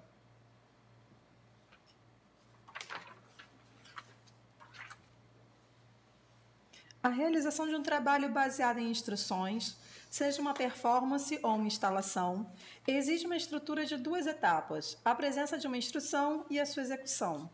Embora os artistas possam especificar suas obras de forma fina, delicada, detalhada ou densa, pode-se dizer que as obras baseadas em instruções, em geral, podem envolver vários níveis de interpretações. A obra de arte pode ser interpretada de forma distinta pelo leitor da instrução ou por seu artivador, pelo participante da performance e pelo conservador ou curador. Essas modalidades de participação em uma obra impõem aos museus uma abertura e uma aceitação de atores que são apenas aparentemente externos à obra, supondo que um ator interno seria o criador da obra. E, inevitavelmente, o manobram para o reconhecimento da habilidade, da memória e do conhecimento incorporados, subjetivos e situados, distribuídos por essas redes de atores e indispensáveis à sustentação da arte baseada em instruções. Mais adiante, a dependência da memória nessas obras pode implicar a aceitação da perda, em caso de esquecimento intencional ou não, ou na ausência do sujeito conhecedor, alguém que saiba sobre a obra. Em obras de arte caracterizadas por uma existência intermitente e não contínua no espaço-tempo, caso da performance, da instalação, da arte de mídia, a documentação entra em cena, em forma de filme, fotografia, escrita ou desenho, como evidência da ocorrência dessas obras como grupos, constelações físicas da matéria. Aqui, a documentação, seja ela gerada pelo artista, ou por um assistente do artista ou da artista, um técnico ou um profissional do museu, pode ser considerada uma forma de partitura ou notação primária ou secundária. Como essas obras são, com muita frequência, submetidas a uma ontologia do desaparecimento, e aqui ela cita Peggy Phelan, a documentação é considerada o elemento mais importante em seu cuidado, expandindo o arquivo burocrático sempre acumulado, onde, em pastas sobre pastas, digitais ou em papel, as evidências se acumulam incessantemente na expectativa de um futuro seguro. Not all works can be actually sufficiently documented, right? And much of the documentary kind of inscription fails to convey the embodied and tacit knowledge, memory, and skill indispensable for the work's continuity. Tino Segal, in famous situations, offer a twist to the importance of documentation by prohibiting it and thus expanding the dimension of the subjective embodied, always situated knowledge necessary to enact these works, despite the high level actually of knowledge codification imposed by the artist, right? Similarly, you are very familiar probably with Segal already, and he managed, although despite the fact that he prohibited the documentation, he managed to be one of the most collected artists in the museums. Similarly, Florence Jung performances turned scenarios, such as Jung 69 here. One of three performances by Jung in the collection of the Aargauer Kunsthaus, which I mentioned earlier. It's a kind of co-ownership with Bundesamt für Kultur in Bern. cannot be photographed as per the artist's legally formulated certificate. I'm actually writing now a piece on Florence Jung, going off the script, about conservation, storytelling as conservation, because you will not find any photographs, nothing whatsoever about Florence Jung online or in any kind of archive or newspaper. So what to do basically with those pieces? And I think they instigate us really well to think about alternative ways of documenting and perpetuating a performance in museums. Museums highly skilled in their physical upkeep of objects are now confronted with new demands to maintain the knowledge, memory, and skills required for the activation of works that defy traditional preservation. Akin to Diana's Taylor repertoire in some respect, I call this realm the virtual dimension of the archive, which is as necessary to the actualization of the works as their physical instructions or scores in the bureaucratic archive. Nem todas as obras de arte podem ser suficientemente documentadas, e grande parte da inscrição documental não consegue transmitir o conhecimento, a memória e a habilidade incorporados e tácitos, indispensáveis para a continuidade da obra. As polêmicas situações de Tino Segal oferecem uma reviravolta na importância da documentação ao proibi-la, e assim expandir a dimensão do conhecimento subjetivo, incorporado e sempre situado, necessário para a execução de suas obras, apesar do alto nível de codificação do conhecimento imposto pelo artista. E aqui ela observou que é muito interessante que Tino Segal, apesar de ter essas restrições contra a documentação da sua obra, é hoje um dos artistas de performance mais colecionados em todo o mundo. Da mesma forma, as de Florence Jung, denominadas cenários, como Jung 69, de 2019, uma das 3 performances de Jung da coleção da Aragauer Kunsthaus, Schweizers... No, don't worry. Em Berna, não podem ser fotografadas de acordo com o certificado legalmente formulado pelo artista. E aí, então, a Hannah fez essa ressalva de que ela está escrevendo, nesse momento, um artigo sobre a obra de Florence Jung e sobre o storytelling, a narração, como uma forma de conservação. Os museus altamente especializados na manutenção física de objetos agora se deparam com novas demandas para manter o conhecimento, a memória e as habilidades necessárias para a ativação das obras que desafiam a preservação tradicional. Semelhante ao repertório, a ideia de repertório de Diana Taylor, em alguns aspectos, eu chamo esse domínio de dimensão virtual do arquivo, que é tão necessário para a realização das obras quanto as instruções físicas ou as partituras no arquivo burocrático. Regardless of its compatibility with the philosophy of collecting in Western institutions, the artwork's code-basedness does 2 important things, in my view. Firstly, it relativizes the significance of the artist's hand as a sole agency in that it permits multiple actors into the work, right, sanctioning a variety of interpretations. And it is, again, not here any kind of critique that, the artist's hand is important. It is not the case. It is the case to kind of allow the acknowledgement of multiple actors into the conservation and perpetuation of those works. So secondly, a score-based logic might liberate the artwork from the gravity of its material trace, right? In that as long as the work can be enacted, installed, or reconstituted based on the physical and virtual archive, also with the help of new component parts, why not, right? The work continues. One should not be blinded by this rationale, however, since it is often precisely due to such supposed freedom that the existence of works has been put under test, as the recent example of Panza collection, which you might know already, demonstrates.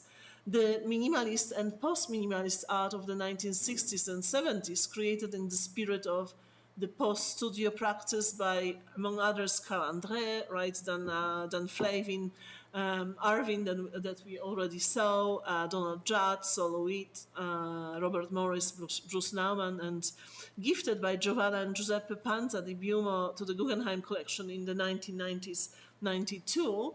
And you might also already know this magnificent book that the colleagues at the Guggenheim published from this initiative. And if not, that I really, really would like to put it to your heart, and hopefully you will find time reading for it. So again, these practices force the museums to revisit what it exactly means to inherit a body of work based on instructions and certificates. Although such works might defy material preservation, the standards and rules of execution might change over time or be inconsistently applied. For instance, and not unsimilar in some respect to Rauschenberg white paintings, you remember I brought him up just a couple of slides ago in the collection of San Francisco Museum of Art. Singular manifestations relating to specific conditions of an artwork realization might be kept because the museum really preserved one particular condition of this work. They can be also, some of them can be also realized time and again, which even might, in the extreme case, be questioned by the artist himself. And in the case of Panza, you remember there were many different crises about several of those works, because several of those works were executed, in fact, by Panza, by the collector himself, and caused quite an uproar. Even if revelatory in and of themselves, the historically inconsistent processes of display and classification of these works have led to provisional solutions. The ontology of newness seems to conflict with history. Despite the tangible artwork's long presence in the world, the urge to adhere to a material object carrying autographic, at best authorial trace, is deeply rooted in museological operations. Independentemente de sua compatibilidade com a filosofia do colecionamento das instituições ocidentais, o fato de as obras de arte se basearem em notações faz duas coisas importantes. Em primeiro lugar, relativiza a importância da mão artística como única agência, pois permite que vários atores participem da obra, sancionando uma variedade de interpretações. E aqui ela fez a ressalva de que não é uma crítica de modo algum à artesania do artista, à mão do artista, e sim uma maneira de chamar a atenção para o reconhecimento dos outros atores envolvidos na obra de arte. Em segundo lugar, uma lógica baseada em partituras pode liberar a obra de arte da gravidade do seu traço, do seu vestígio material. Pois enquanto a obra puder ser encenada, instalada ou reconstituída com base no arquivo físico e virtual, também com a ajuda dos novos componentes, então a obra continua. No entanto, não devemos nos deixar cegar por essa lógica, pois muitas vezes é justamente devido a essa suposta liberdade que a existência das obras foi posta à prova, como demonstra o exemplo recente da coleção Panza. A arte minimalista e pós-minimalista das décadas de 1960 e 70, criada no espírito da prática pós-estúdio por, entre outros, Carl André, Dan Flavin, Irving, Donald Judd, Saul Lewitt, Robert Morris e Bruce Nauman, e presenteada por Giovanna e Giuseppe Panza di Biumo, a coleção Guggenheim em 1990-92, forçou o museu a revisitar o que significa exatamente herdar um corpo de trabalho baseado em instruções e certificados. E aí ela reforça o convite para que vocês procurem a publicação feita pelo próprio Museu Guggenheim a respeito dessa coleção que foi doada para eles. Embora essas obras possam desafiar a interpretação material, os padrões e as regras de execução podem mudar com o tempo ou ser aplicados de forma inconsistente. Por exemplo, e não muito diferente em alguns aspectos, da pintura branca de Rauschenberg na coleção do Museu de Arte Moderna de São Francisco, manifestações singulares relacionadas a condições específicas da realização de uma obra podem ser mantidas, enquanto outras podem ser realizadas repetidamente, o que pode até mesmo, no caso extremo, ser questionado pelos artistas, como no caso de Pansa, em que várias obras foram executadas pelo próprio colecionador, causando aí várias crises com os artistas e com toda a parte de conservação. Mesmo que reveladores por si só, os processos historicamente inconsistentes de exibição e classificação dessas obras levaram a soluções provisórias. A ontologia da novidade parece entrar em conflito com a história. Apesar da longa presença das obras de arte mutáveis no mundo, o desejo de aderir a um objeto material que carrega um traço, um vestígio autográfico, na melhor das hipóteses autoral, está profundamente enraizado nas operações museológicas. Thank you. Obrigada. Thank you for the translation.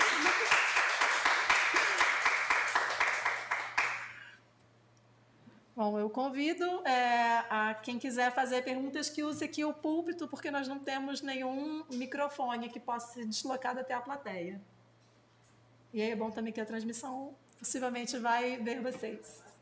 Aliás, eu não cumprimentei aqueles que estão nos vendo online. Boa noite. Muito obrigada por estarem nos assistindo. I didn't say hello to the ones that are online with us. So, hello everybody. Thank you for watching us. And now we are hearing some questions and answers. Can we take online questions as well?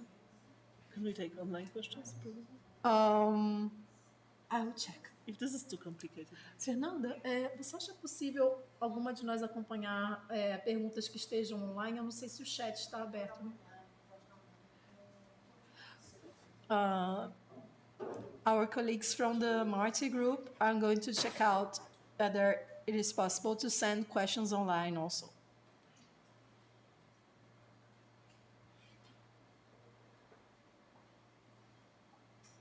No one wants to be first. Oh, Daniel. Thank you, Ana. Thank you a lot. It was an amazing conference. Vou fazer a pergunta em português e eu sigo em inglês. So I have a question that it's a very, very old question for me, indeed. So can we talk in terms of failure when we think about the practice of conserving multiple works? What's the limit between change and loss of identity of the work, of this kind of work? So, perguntei para ela se a gente pode falar em termos de fracasso, quando a gente está pensando sobre esse tipo de prática, de conservação, desses tipos de trabalho. Então, qual seria, então, o limite entre mudança e perda, da identidade desses tipos de trabalho quando estamos justamente levando adiante essa prática de conservação sobre multiple works? Could you repeat for me the first question? The first, okay, sure. Yes. Can we talk in terms of failure? Failure. The failure. Oh, failure. Sorry. Sorry, yes, no, it's so sorry. late for me already. This is When we think about the practice of conserving this kind of work, of multiple work. Yes. Thank you. Super. Well, that's a really brilliant question. Thank you so much. So I don't know where to start. I mean, the first part of the question was about failure. Can we do this? Can we think about conservation as a failure? And I think I will just come back to one of the works in which I feel really safe to talk about this, because I can say I explored, its exhibition history from A to Z and was following it over different venues. To be honest, I would like to say that they are no failures. They are just, perhaps lessons that we learn. But on the other hand, I believe that failure actually teaches us something. Like, it comes down to us and shocks us. It requires like a complete revisitation of our practice or of our modus operandi. This is why I would welcome failure, I think, and welcome that in my practice. I was practicing Conservando for a very, very long time. But if you take this idea of changeability seriously, right, it means that there is no, in a way, there is no judgment in how works change. If you acknowledge that works change, there might be just different, perhaps, degrees of change rather than bad change and good change, right?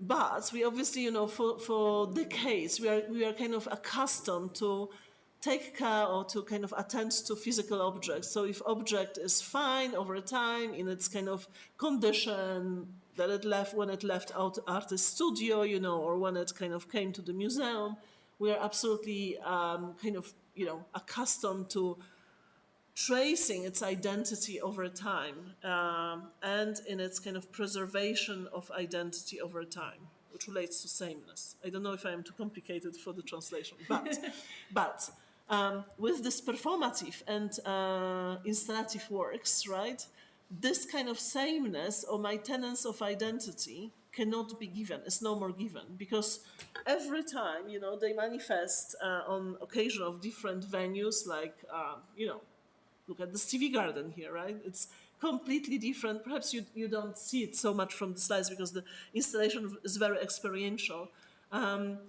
In some of those installations, you walk through the garden, you can see the images, feel the space and so on. In some of them, you are just being kind of left out and look at the work, They are LCD screens together with cathode ray tube monitors and so on and so forth. So yeah, I could say, wow, this work changed so much, right? It's completely terrible.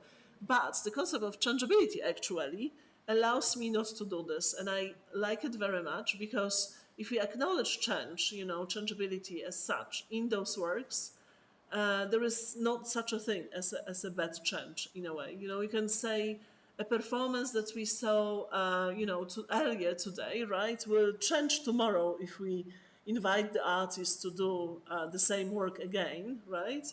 But it's not kind of endowed with any, say, valuing or ascribing it a certain kind of negative or positive effect, you see? This is where it is a long answer to a very brilliant question. But again, I think for the sake of the idea that one can fail, I would like to welcome failure. But if we take changeability again seriously, there is no failure because works change naturally. They might just change with different degrees of intensity.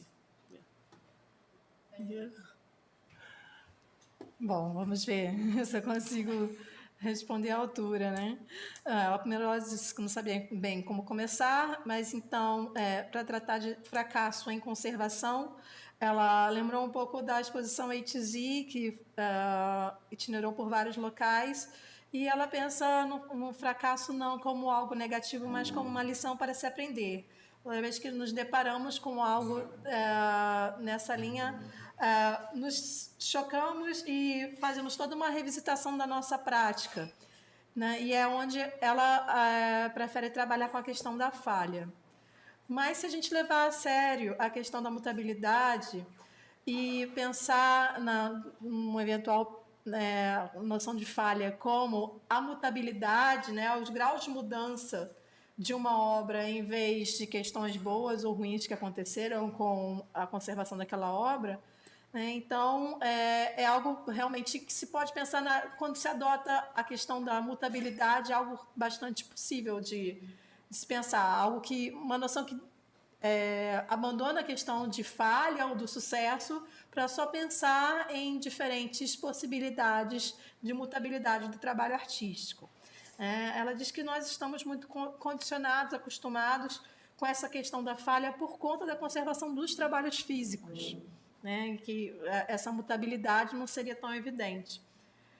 Mas com a performatividade, a questão da falha não é mais algo muito da instalação TV Garden, do Nanjing Pike, que pode ser encontrada de uma forma totalmente diferente do que foi concebido inicialmente, com monitores de LCD, onde havia inicialmente monitores catódicos, quem dera fossem monitores de LCD, né? Mas são de LCD.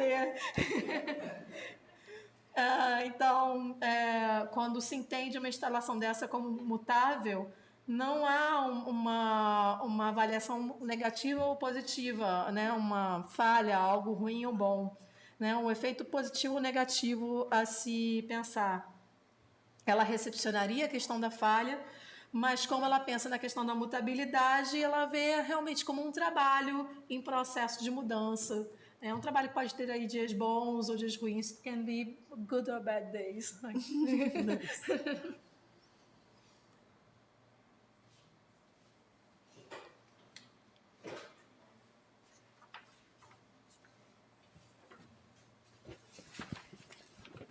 E volto aqui.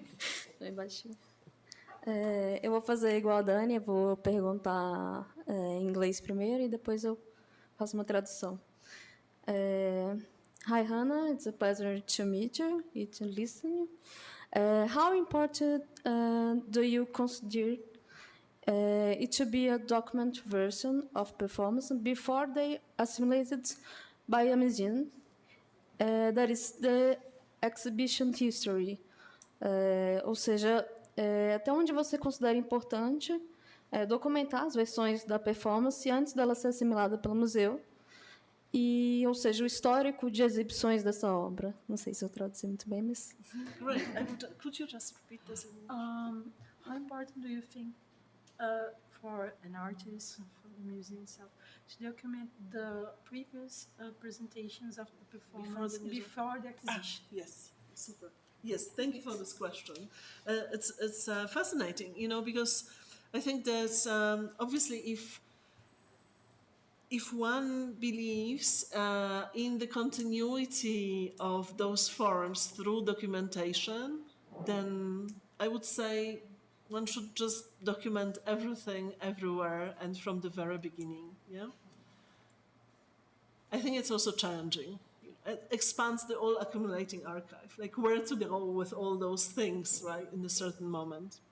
I also think that change, because I see it very positively, does do the work good, you see? I think that we are very much kind of preoccupied or fixated on this old paradigms or traditional paradigms of authenticity and the work remaining the same or original. But I think that especially with performance art on installation, stuff like really, which I shown you on the slides before, we can allow for a little bit more of a change generally, because those works are per nature changeable. So the question is, do we have to actually document everything and like document the work, that basically? I think it also involves, especially with living artists, perhaps this abstinence, this kind of going back a little bit and allowing the work to develop or exist. I don't know. Perhaps we could ask our artists of the day and of the workshop earlier. I think it is, allowing the artist out to also to develop the work further. So yes, again, I would say that in a more standard traditional way, obviously we would invite all sorts of documentation, and the museum documentation, would then draw from the documentation by the artists or by the collaborators and so on and so forth. In a less, perhaps in a more experimental way or open way towards the work, I would say. I would say that the lacuna, the gap, and even the forgetting sometimes does the creativity very good. Yeah.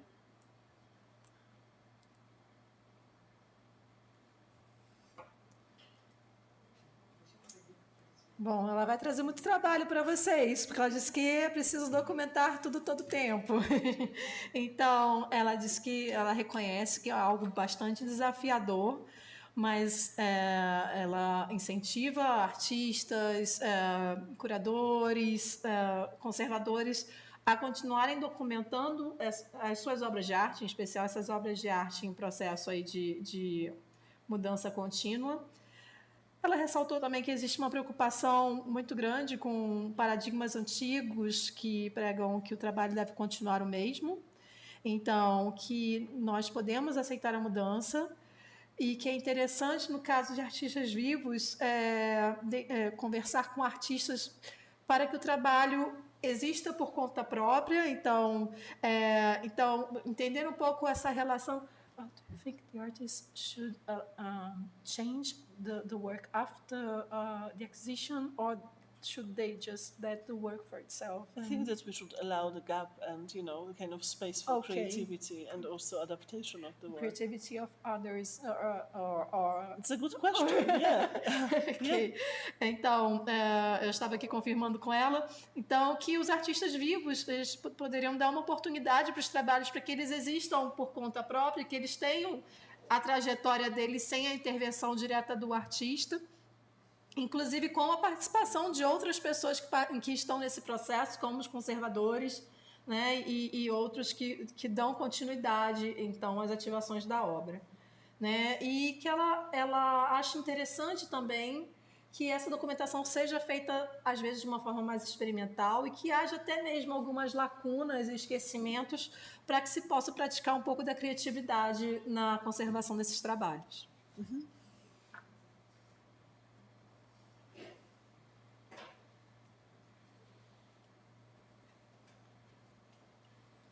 Já digo logo que eu sou muito tímida, então vou falar de um jeito bem tímido, mas eu vou dar um contexto que eu sou da graduação de museologia. Tanto a instituição quanto a museologia e o artista, eles têm conflitos, né? Eles têm interesses e perspectivas, análises diferentes da mesma obra. Eu queria saber como essa mutabilidade e essa mudança pode ser consensual dentro de uma instituição, porque para mim só resume em conflitos. Obrigada. What's your name? Desculpa, qual é o seu nome? Ellie. Thank you. I'm sorry, change languages, it's complicated. So, Ellie is a student here. She's an undergraduate student in museology. And she's asking us how the different actors concerning the museum, so the conservator, the curator, the artist, and so on, can agree on certain aspects of the conservation of the artwork, because the experience she has is of conflict all the time. So it's a very good question. I mean, it is also kind of, pointing to old history that the curators, I think I mentioned it also in this paper, that the curators kind of tended to be, a higher class of museum collaborators than conservators who were practically oriented and engaged with mending things physically. I think that especially installation and performance and all those kinetic works that iterant manifest in different types of iteration over time, they very much call for those collaborations. I also try to show it through the paper, that basically that even the job descriptions there, they blur, and they curators become conservators because they have also a saying, a kind of impact on the work's identity, and conservators become curators because they kind of have a saying about spatial constellation, of the work, and so on and so forth. So I don't know if I can provide, because I am not familiar with especially with this country kind of museum landscape. But talking from my perspective, as a conservator in the past, I remember that the best discussions we had were, with curators and conservators at one table around problematic works. They were really meetings called, and time taken to just analyze the work, a work which kind of suffered a complete damage because it had fallen down from the wall before an exhibition, or or a work which was eaten up by moths, and so on and so forth. Sometimes it's also very cool to have, in more research-oriented institutions, to call events like, I'm not saying like this, but even like a very simple workshop with specialists, and just get people talking, with each other. Because when you do your job every day, conservators tend to condition reports, right, and kind of climate checks and what have you, curators to, I don't know, correspondence with the artists and what have you. Sometimes these paths are kind of not meeting very often in the museum halls, right? But if you organize an event, around certain notions or around things that interest you, people start to talk with each other, and I think this is also very, very fruitful. Bom, ela disse que realmente são relações bastante delicadas, né? Ela vê que em alguns lugares, e principalmente em tempos anteriores, os curadores eram vistos como uma espécie de uma casta superior dos conservadores dentro dos museus, né? Então, trabalhos como instalações e performances são trabalhos que conectam diferentes relações e diferentes atores dentro das instituições museais e que demandam uma interação colaborativa e um trabalho conjunto por parte dos diferentes profissionais dentro da instituição e dentro das coleções. Então, como ela falou, durante a apresentação, em muitos casos, quando estão em relação com essas obras, curadores se tornam conservadores, tomam medidas para a salvaguarda da obra, e conservadores também viram curadores no sentido de que eles também passam a participar da narrativa daquele trabalho artístico, de um entendimento da concepção daquele trabalho artístico.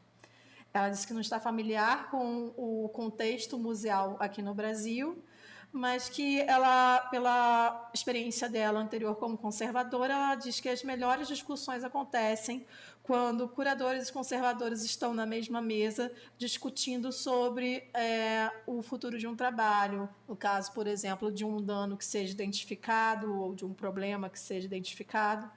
Então, e que momentos como workshops, como encontros para debates, realmente são os momentos muito interessantes para colocar esses profissionais, tirar eles do dia a dia deles, em que o curador está dialogando com os artistas, em que o conservador está ali mais fechado nas questões de documentação, de conservação, e fazer com que eles saiam um pouco das caixinhas das atribulações, dos momentos deles ali, para que possam dialogar. São profissionais que desejam dialogar, só que estão ali tão atarefados, cada um nas suas atividades, que não conseguem, muitas vezes, participar aí de um trabalho conjunto. Então, que é muito interessante quando se consegue colocar esses profissionais juntos em torno de um trabalho artístico para que eles possam colaborar.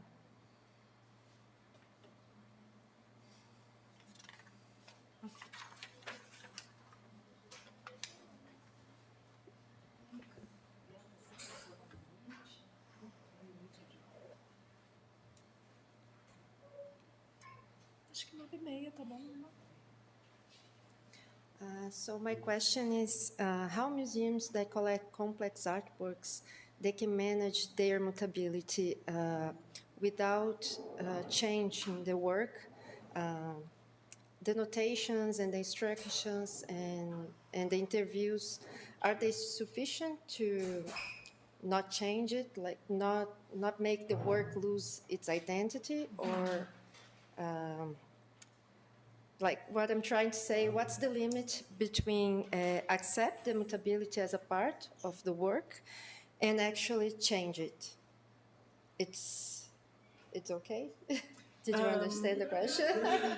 Almost. So you're saying the museums are using instructions, documentation, and so on and so forth, and how they allow the work to change, or how yes, because you were saying that the mutability is part of the work. Yes. So if we have notations, instructions, interviews, all these tools are sufficient to avoid that the work they change over time after it has a lot of re-exhibitions and yes.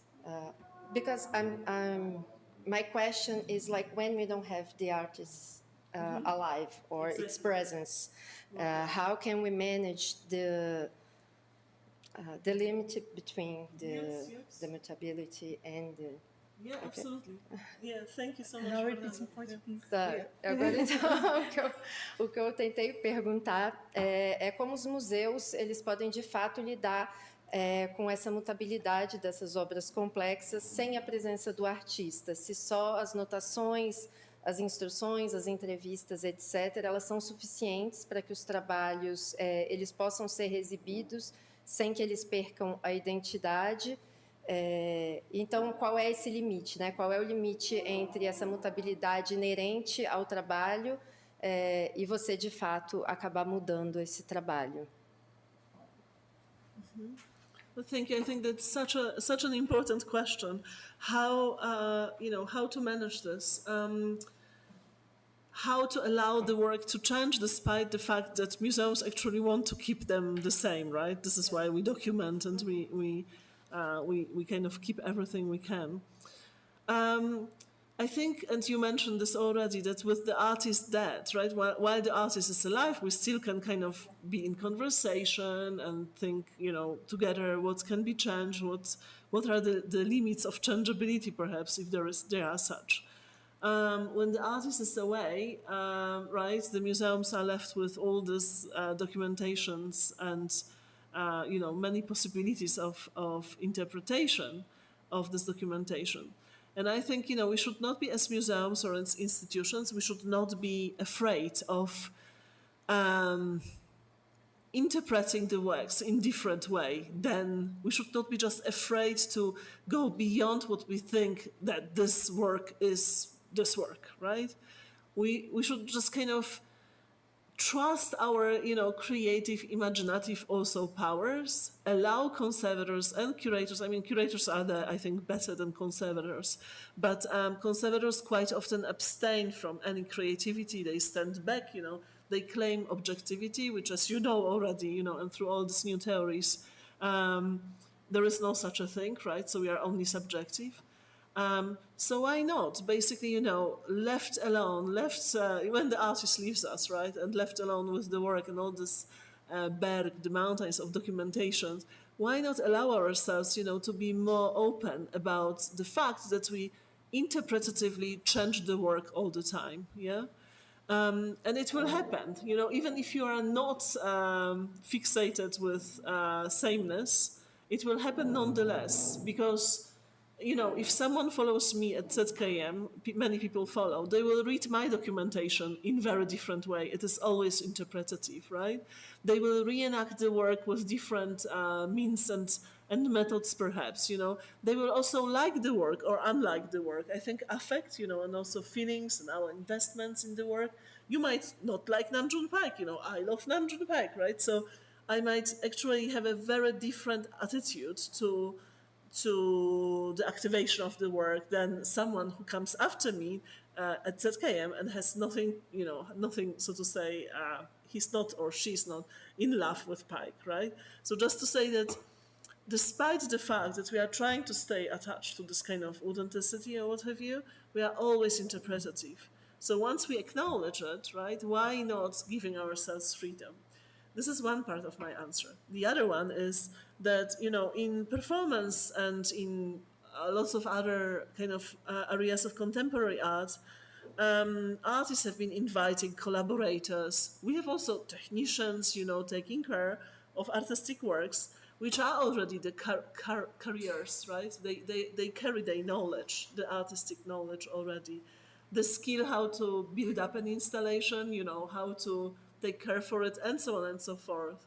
Museums hire people to, with knowledge how to fix CRT monitors, right? Cathode ray tube monitors, because this knowledge is dying off.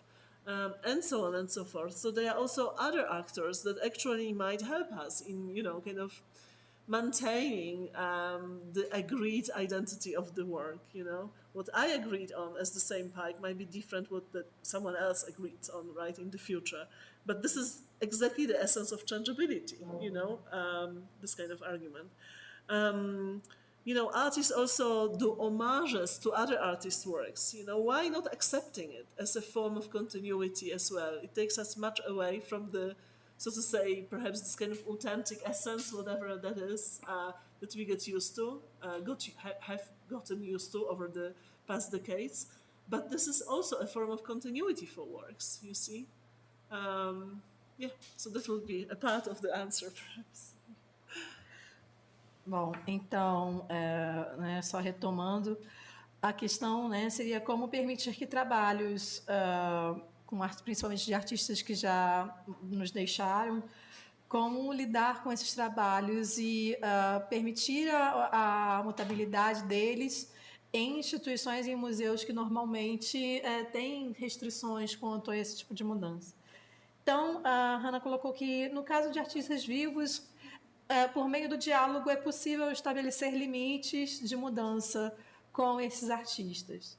Já com artistas que já morreram, o que ficam são montanhas de documentos a serem pensados, né, a serem interpretados e lidos, e as instituições não devem ter medo de interpretar, ela diz.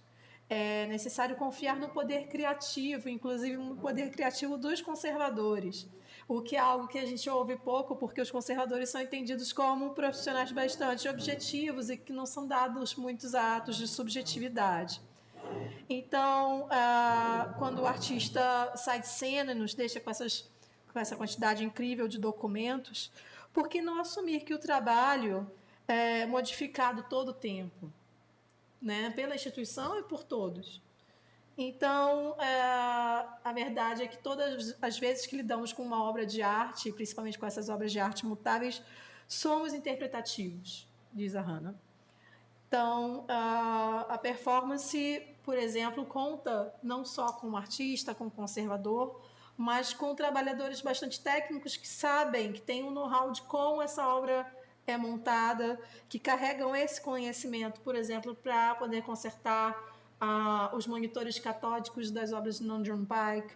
Então, é interessante também guardar e preservar as relações com esses profissionais, a fim de que a mudança nessas obras siga também um compasso que faça sentido com a identidade do trabalho.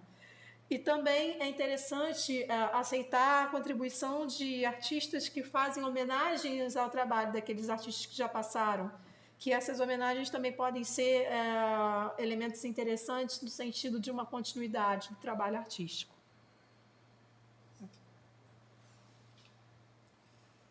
Mais alguma questão, gente? Temos ainda tempo para uma questão.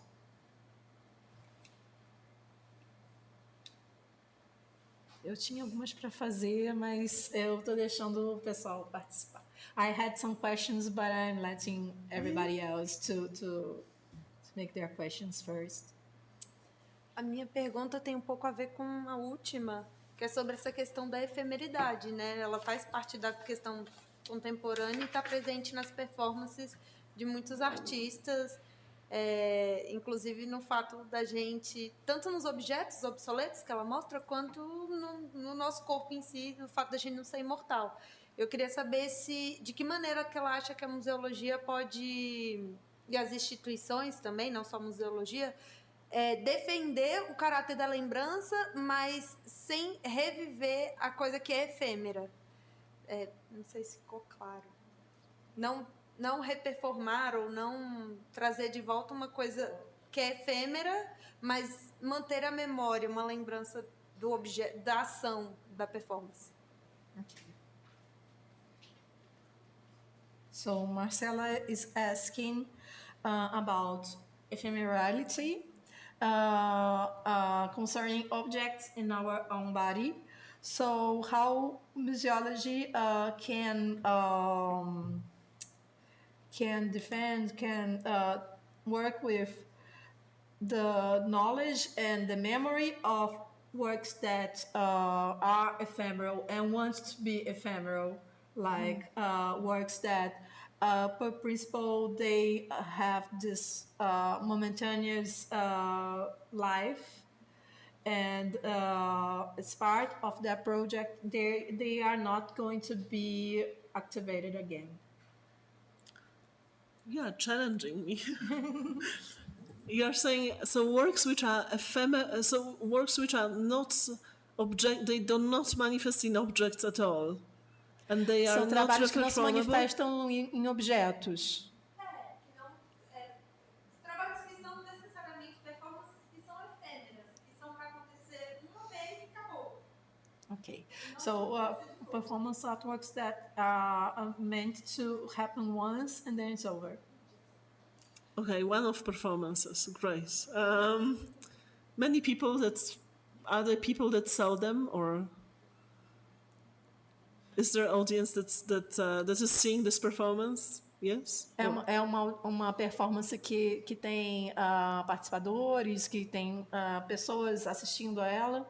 Eu ia fazer um paralelo talvez com a questão do site específico, assim, como ela mostrou, mas não tem a ver bem com o espaço. Uma performance que só pode acontecer numa data específica.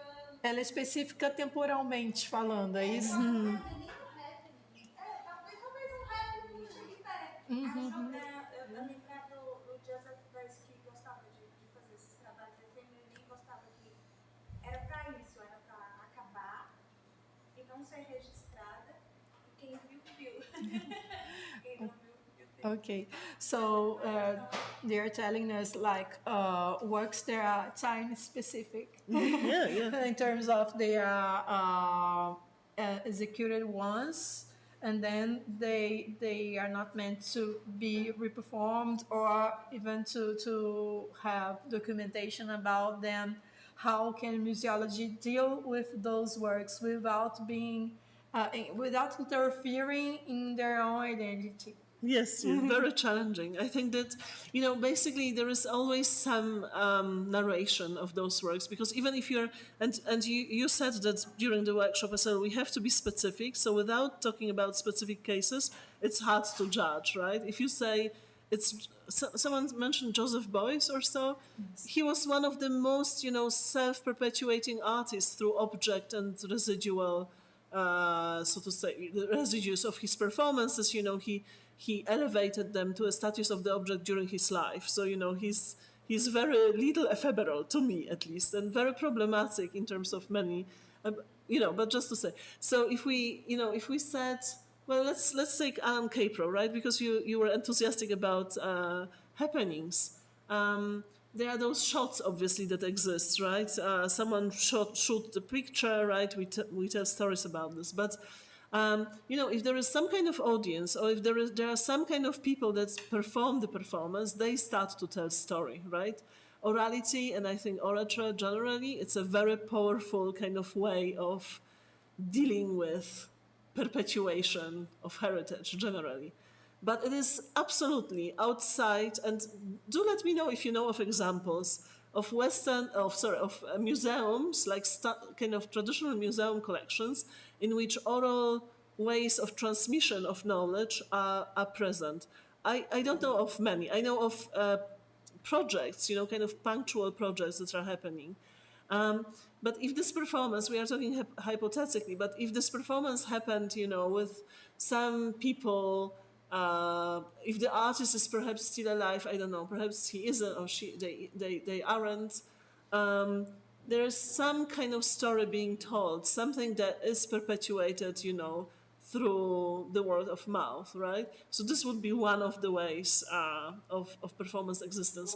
I talked with, for the book which I shown you, it's, by the way, open access. I don't know if I mentioned it earlier. The colorful one, the other one is not open access. But in this book, there is an interview with sub-Saharan scholar. I'm forgetting if he's coming from, where's he coming from? I think Zimbabwe, Shadrach Shirikur. He talked to me, I asked him exactly the same questions, like how do you perpetuate performance, in your culture? How to make sure, that it's kind of documented, somehow captured, and so on. And he asked me, why do I want to capture performance? Performance in his culture is being performed, and this is how it continues through time, right? So this is also one of the ways, why contemporary museums do not do more about this, right? How to pass on, embodied knowledge. Orature is one thing, right? Because you pass on a story through the word of mouth, but you can also pass on a gesture, right? This is what Rebecca Schneider beautifully argues, that performance remains through citational kind of gestures, and acts. And, she even, in her new kind of work on gesture, she associates our kind of, perpetuation of gesture even from the times of caves and, prehistoric paintings and so on and so forth. So, there are ways of transmission of performance and works that are as long as human civilization or as long as human is there, right? But funnily enough, in the museums, we stick to a very narrow way of perpetuating things, because we are accustomed, I argue, to objects that are physically stable, so to say, right, over time. Yeah. Então, vamos lá, vamos ver se eu consigo. A Hannah falou sobre, né, a questão da narração do trabalho e da oralidade como pontos muito importantes para poder preservar, de alguma maneira, essas obras efêmeras dentro de um imaginário, digamos assim. Então, ela ouviu que você comentou sobre Beuys, ela disse que Beuys realmente é um caso muito problemático, porque ele é um dos artistas que mais se perpetuaram por meio de objetos. Então, que talvez Beuys não seja o melhor nome para se falar quando se trata de trabalhos efêmeros, de fato, mas que, por exemplo, ela deu o exemplo... Was it Pike that you showed? Or Sorry? The artist that you showed, was it Andrew Pike? Or in that picture? Alan Capro. Oh, sorry. Yes, I couldn't yes, see. thank you. Então, no caso de Alan Capro, por exemplo, ele defendia que se alguém, por acaso, visse a performance, né, o happening, que espalhasse a palavra daquele trabalho. Então, basicamente, eram trabalhos que viravam boatos, eram trabalhos que viravam narrativas, histórias que se perpetuavam, né? E alguns de nós sabem que algumas dessas histórias ganham até bastante mais projeção do que trabalhos que estão documentados, né? Então, ela considera a oralidade, de fato, uma maneira muito rica de perpetuar trabalhos, em especial trabalhos efêmeros, que ela não conhece muitos museus que lidem de uma maneira apropriada com a questão da oralidade. Então, que no livro que ela acabou de lançar, né, na compilação que ela acabou de lançar, existe uma entrevista com uma artista chamada Chandra Chikko. Yes, Chandra Shikori. I'm showing this chapter here to you. Innovation and preservation. So that also embodies. Então, essa entrevista tem o nome de Inovação e Preservação, e a certa altura as entrevistadoras perguntam por como é preservada a performance. Where is? He's from Zimbabwe. Então, como as performances, como a artista tem certeza de que essas performances são bem preservadas no Zimbábue. E essa pessoa então perguntou: e por que eu me preocuparia com isso? Por que eu quereria que essas performances fossem bem preservadas? Nós fazemos performance aqui todo tempo, e por que eu me preocuparia com isso? Né? Por que guardar? Né? Então, é uma outra maneira de se pensar a questão. Então, a transmissão de hábitos e atos da oralidade acontece nas sociedades humanas desde tempos imemoriais, desde que as sociedades começaram, de fato. Então, que talvez deva pensar nessa salvaguarda em outros termos, em vez de se pensar dentro dos parâmetros dos objetos.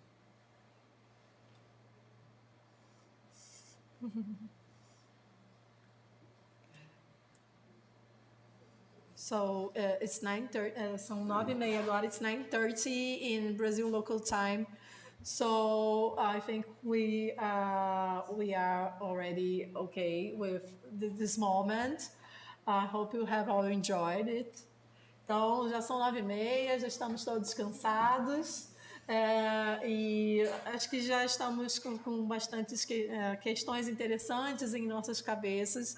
So I will ask Professor Hannah to say some words for you before we say bye-bye. Thank you so much. Well, I just want to thank you again for this wonderful conversation and questions, which were mind-blowing. And if you have any more, or if you didn't manage to come up, please do email me. Bianca knows my email address, so please forward anything and feel free to ask. Again, thank you so much, Bianca. Thank you to the group for inviting me. It has been a pleasure to be here. Então, ela disse que é um prazer enorme estar aqui, ela agradece a participação de vocês, disse que as perguntas realmente foram perguntas que vão ficar na cabeça e convida aqueles que quiserem enviar mais questões que peguem comigo o e-mail dela e enviem, de fato, mais questões para ela, que ela está pronta para receber, para acolher tudo que vocês queiram enviar para ela. Então, eu agradeço também imensamente. Sei que é difícil ficar até agora, depois do trabalho, depois do estudo. Então, eu agradeço muito a participação de todas e todos vocês e me despeço. Muito obrigada também àqueles que acompanharam, aquelas que acompanharam a gente online. E eu me despeço do encontro de hoje. Muito obrigada.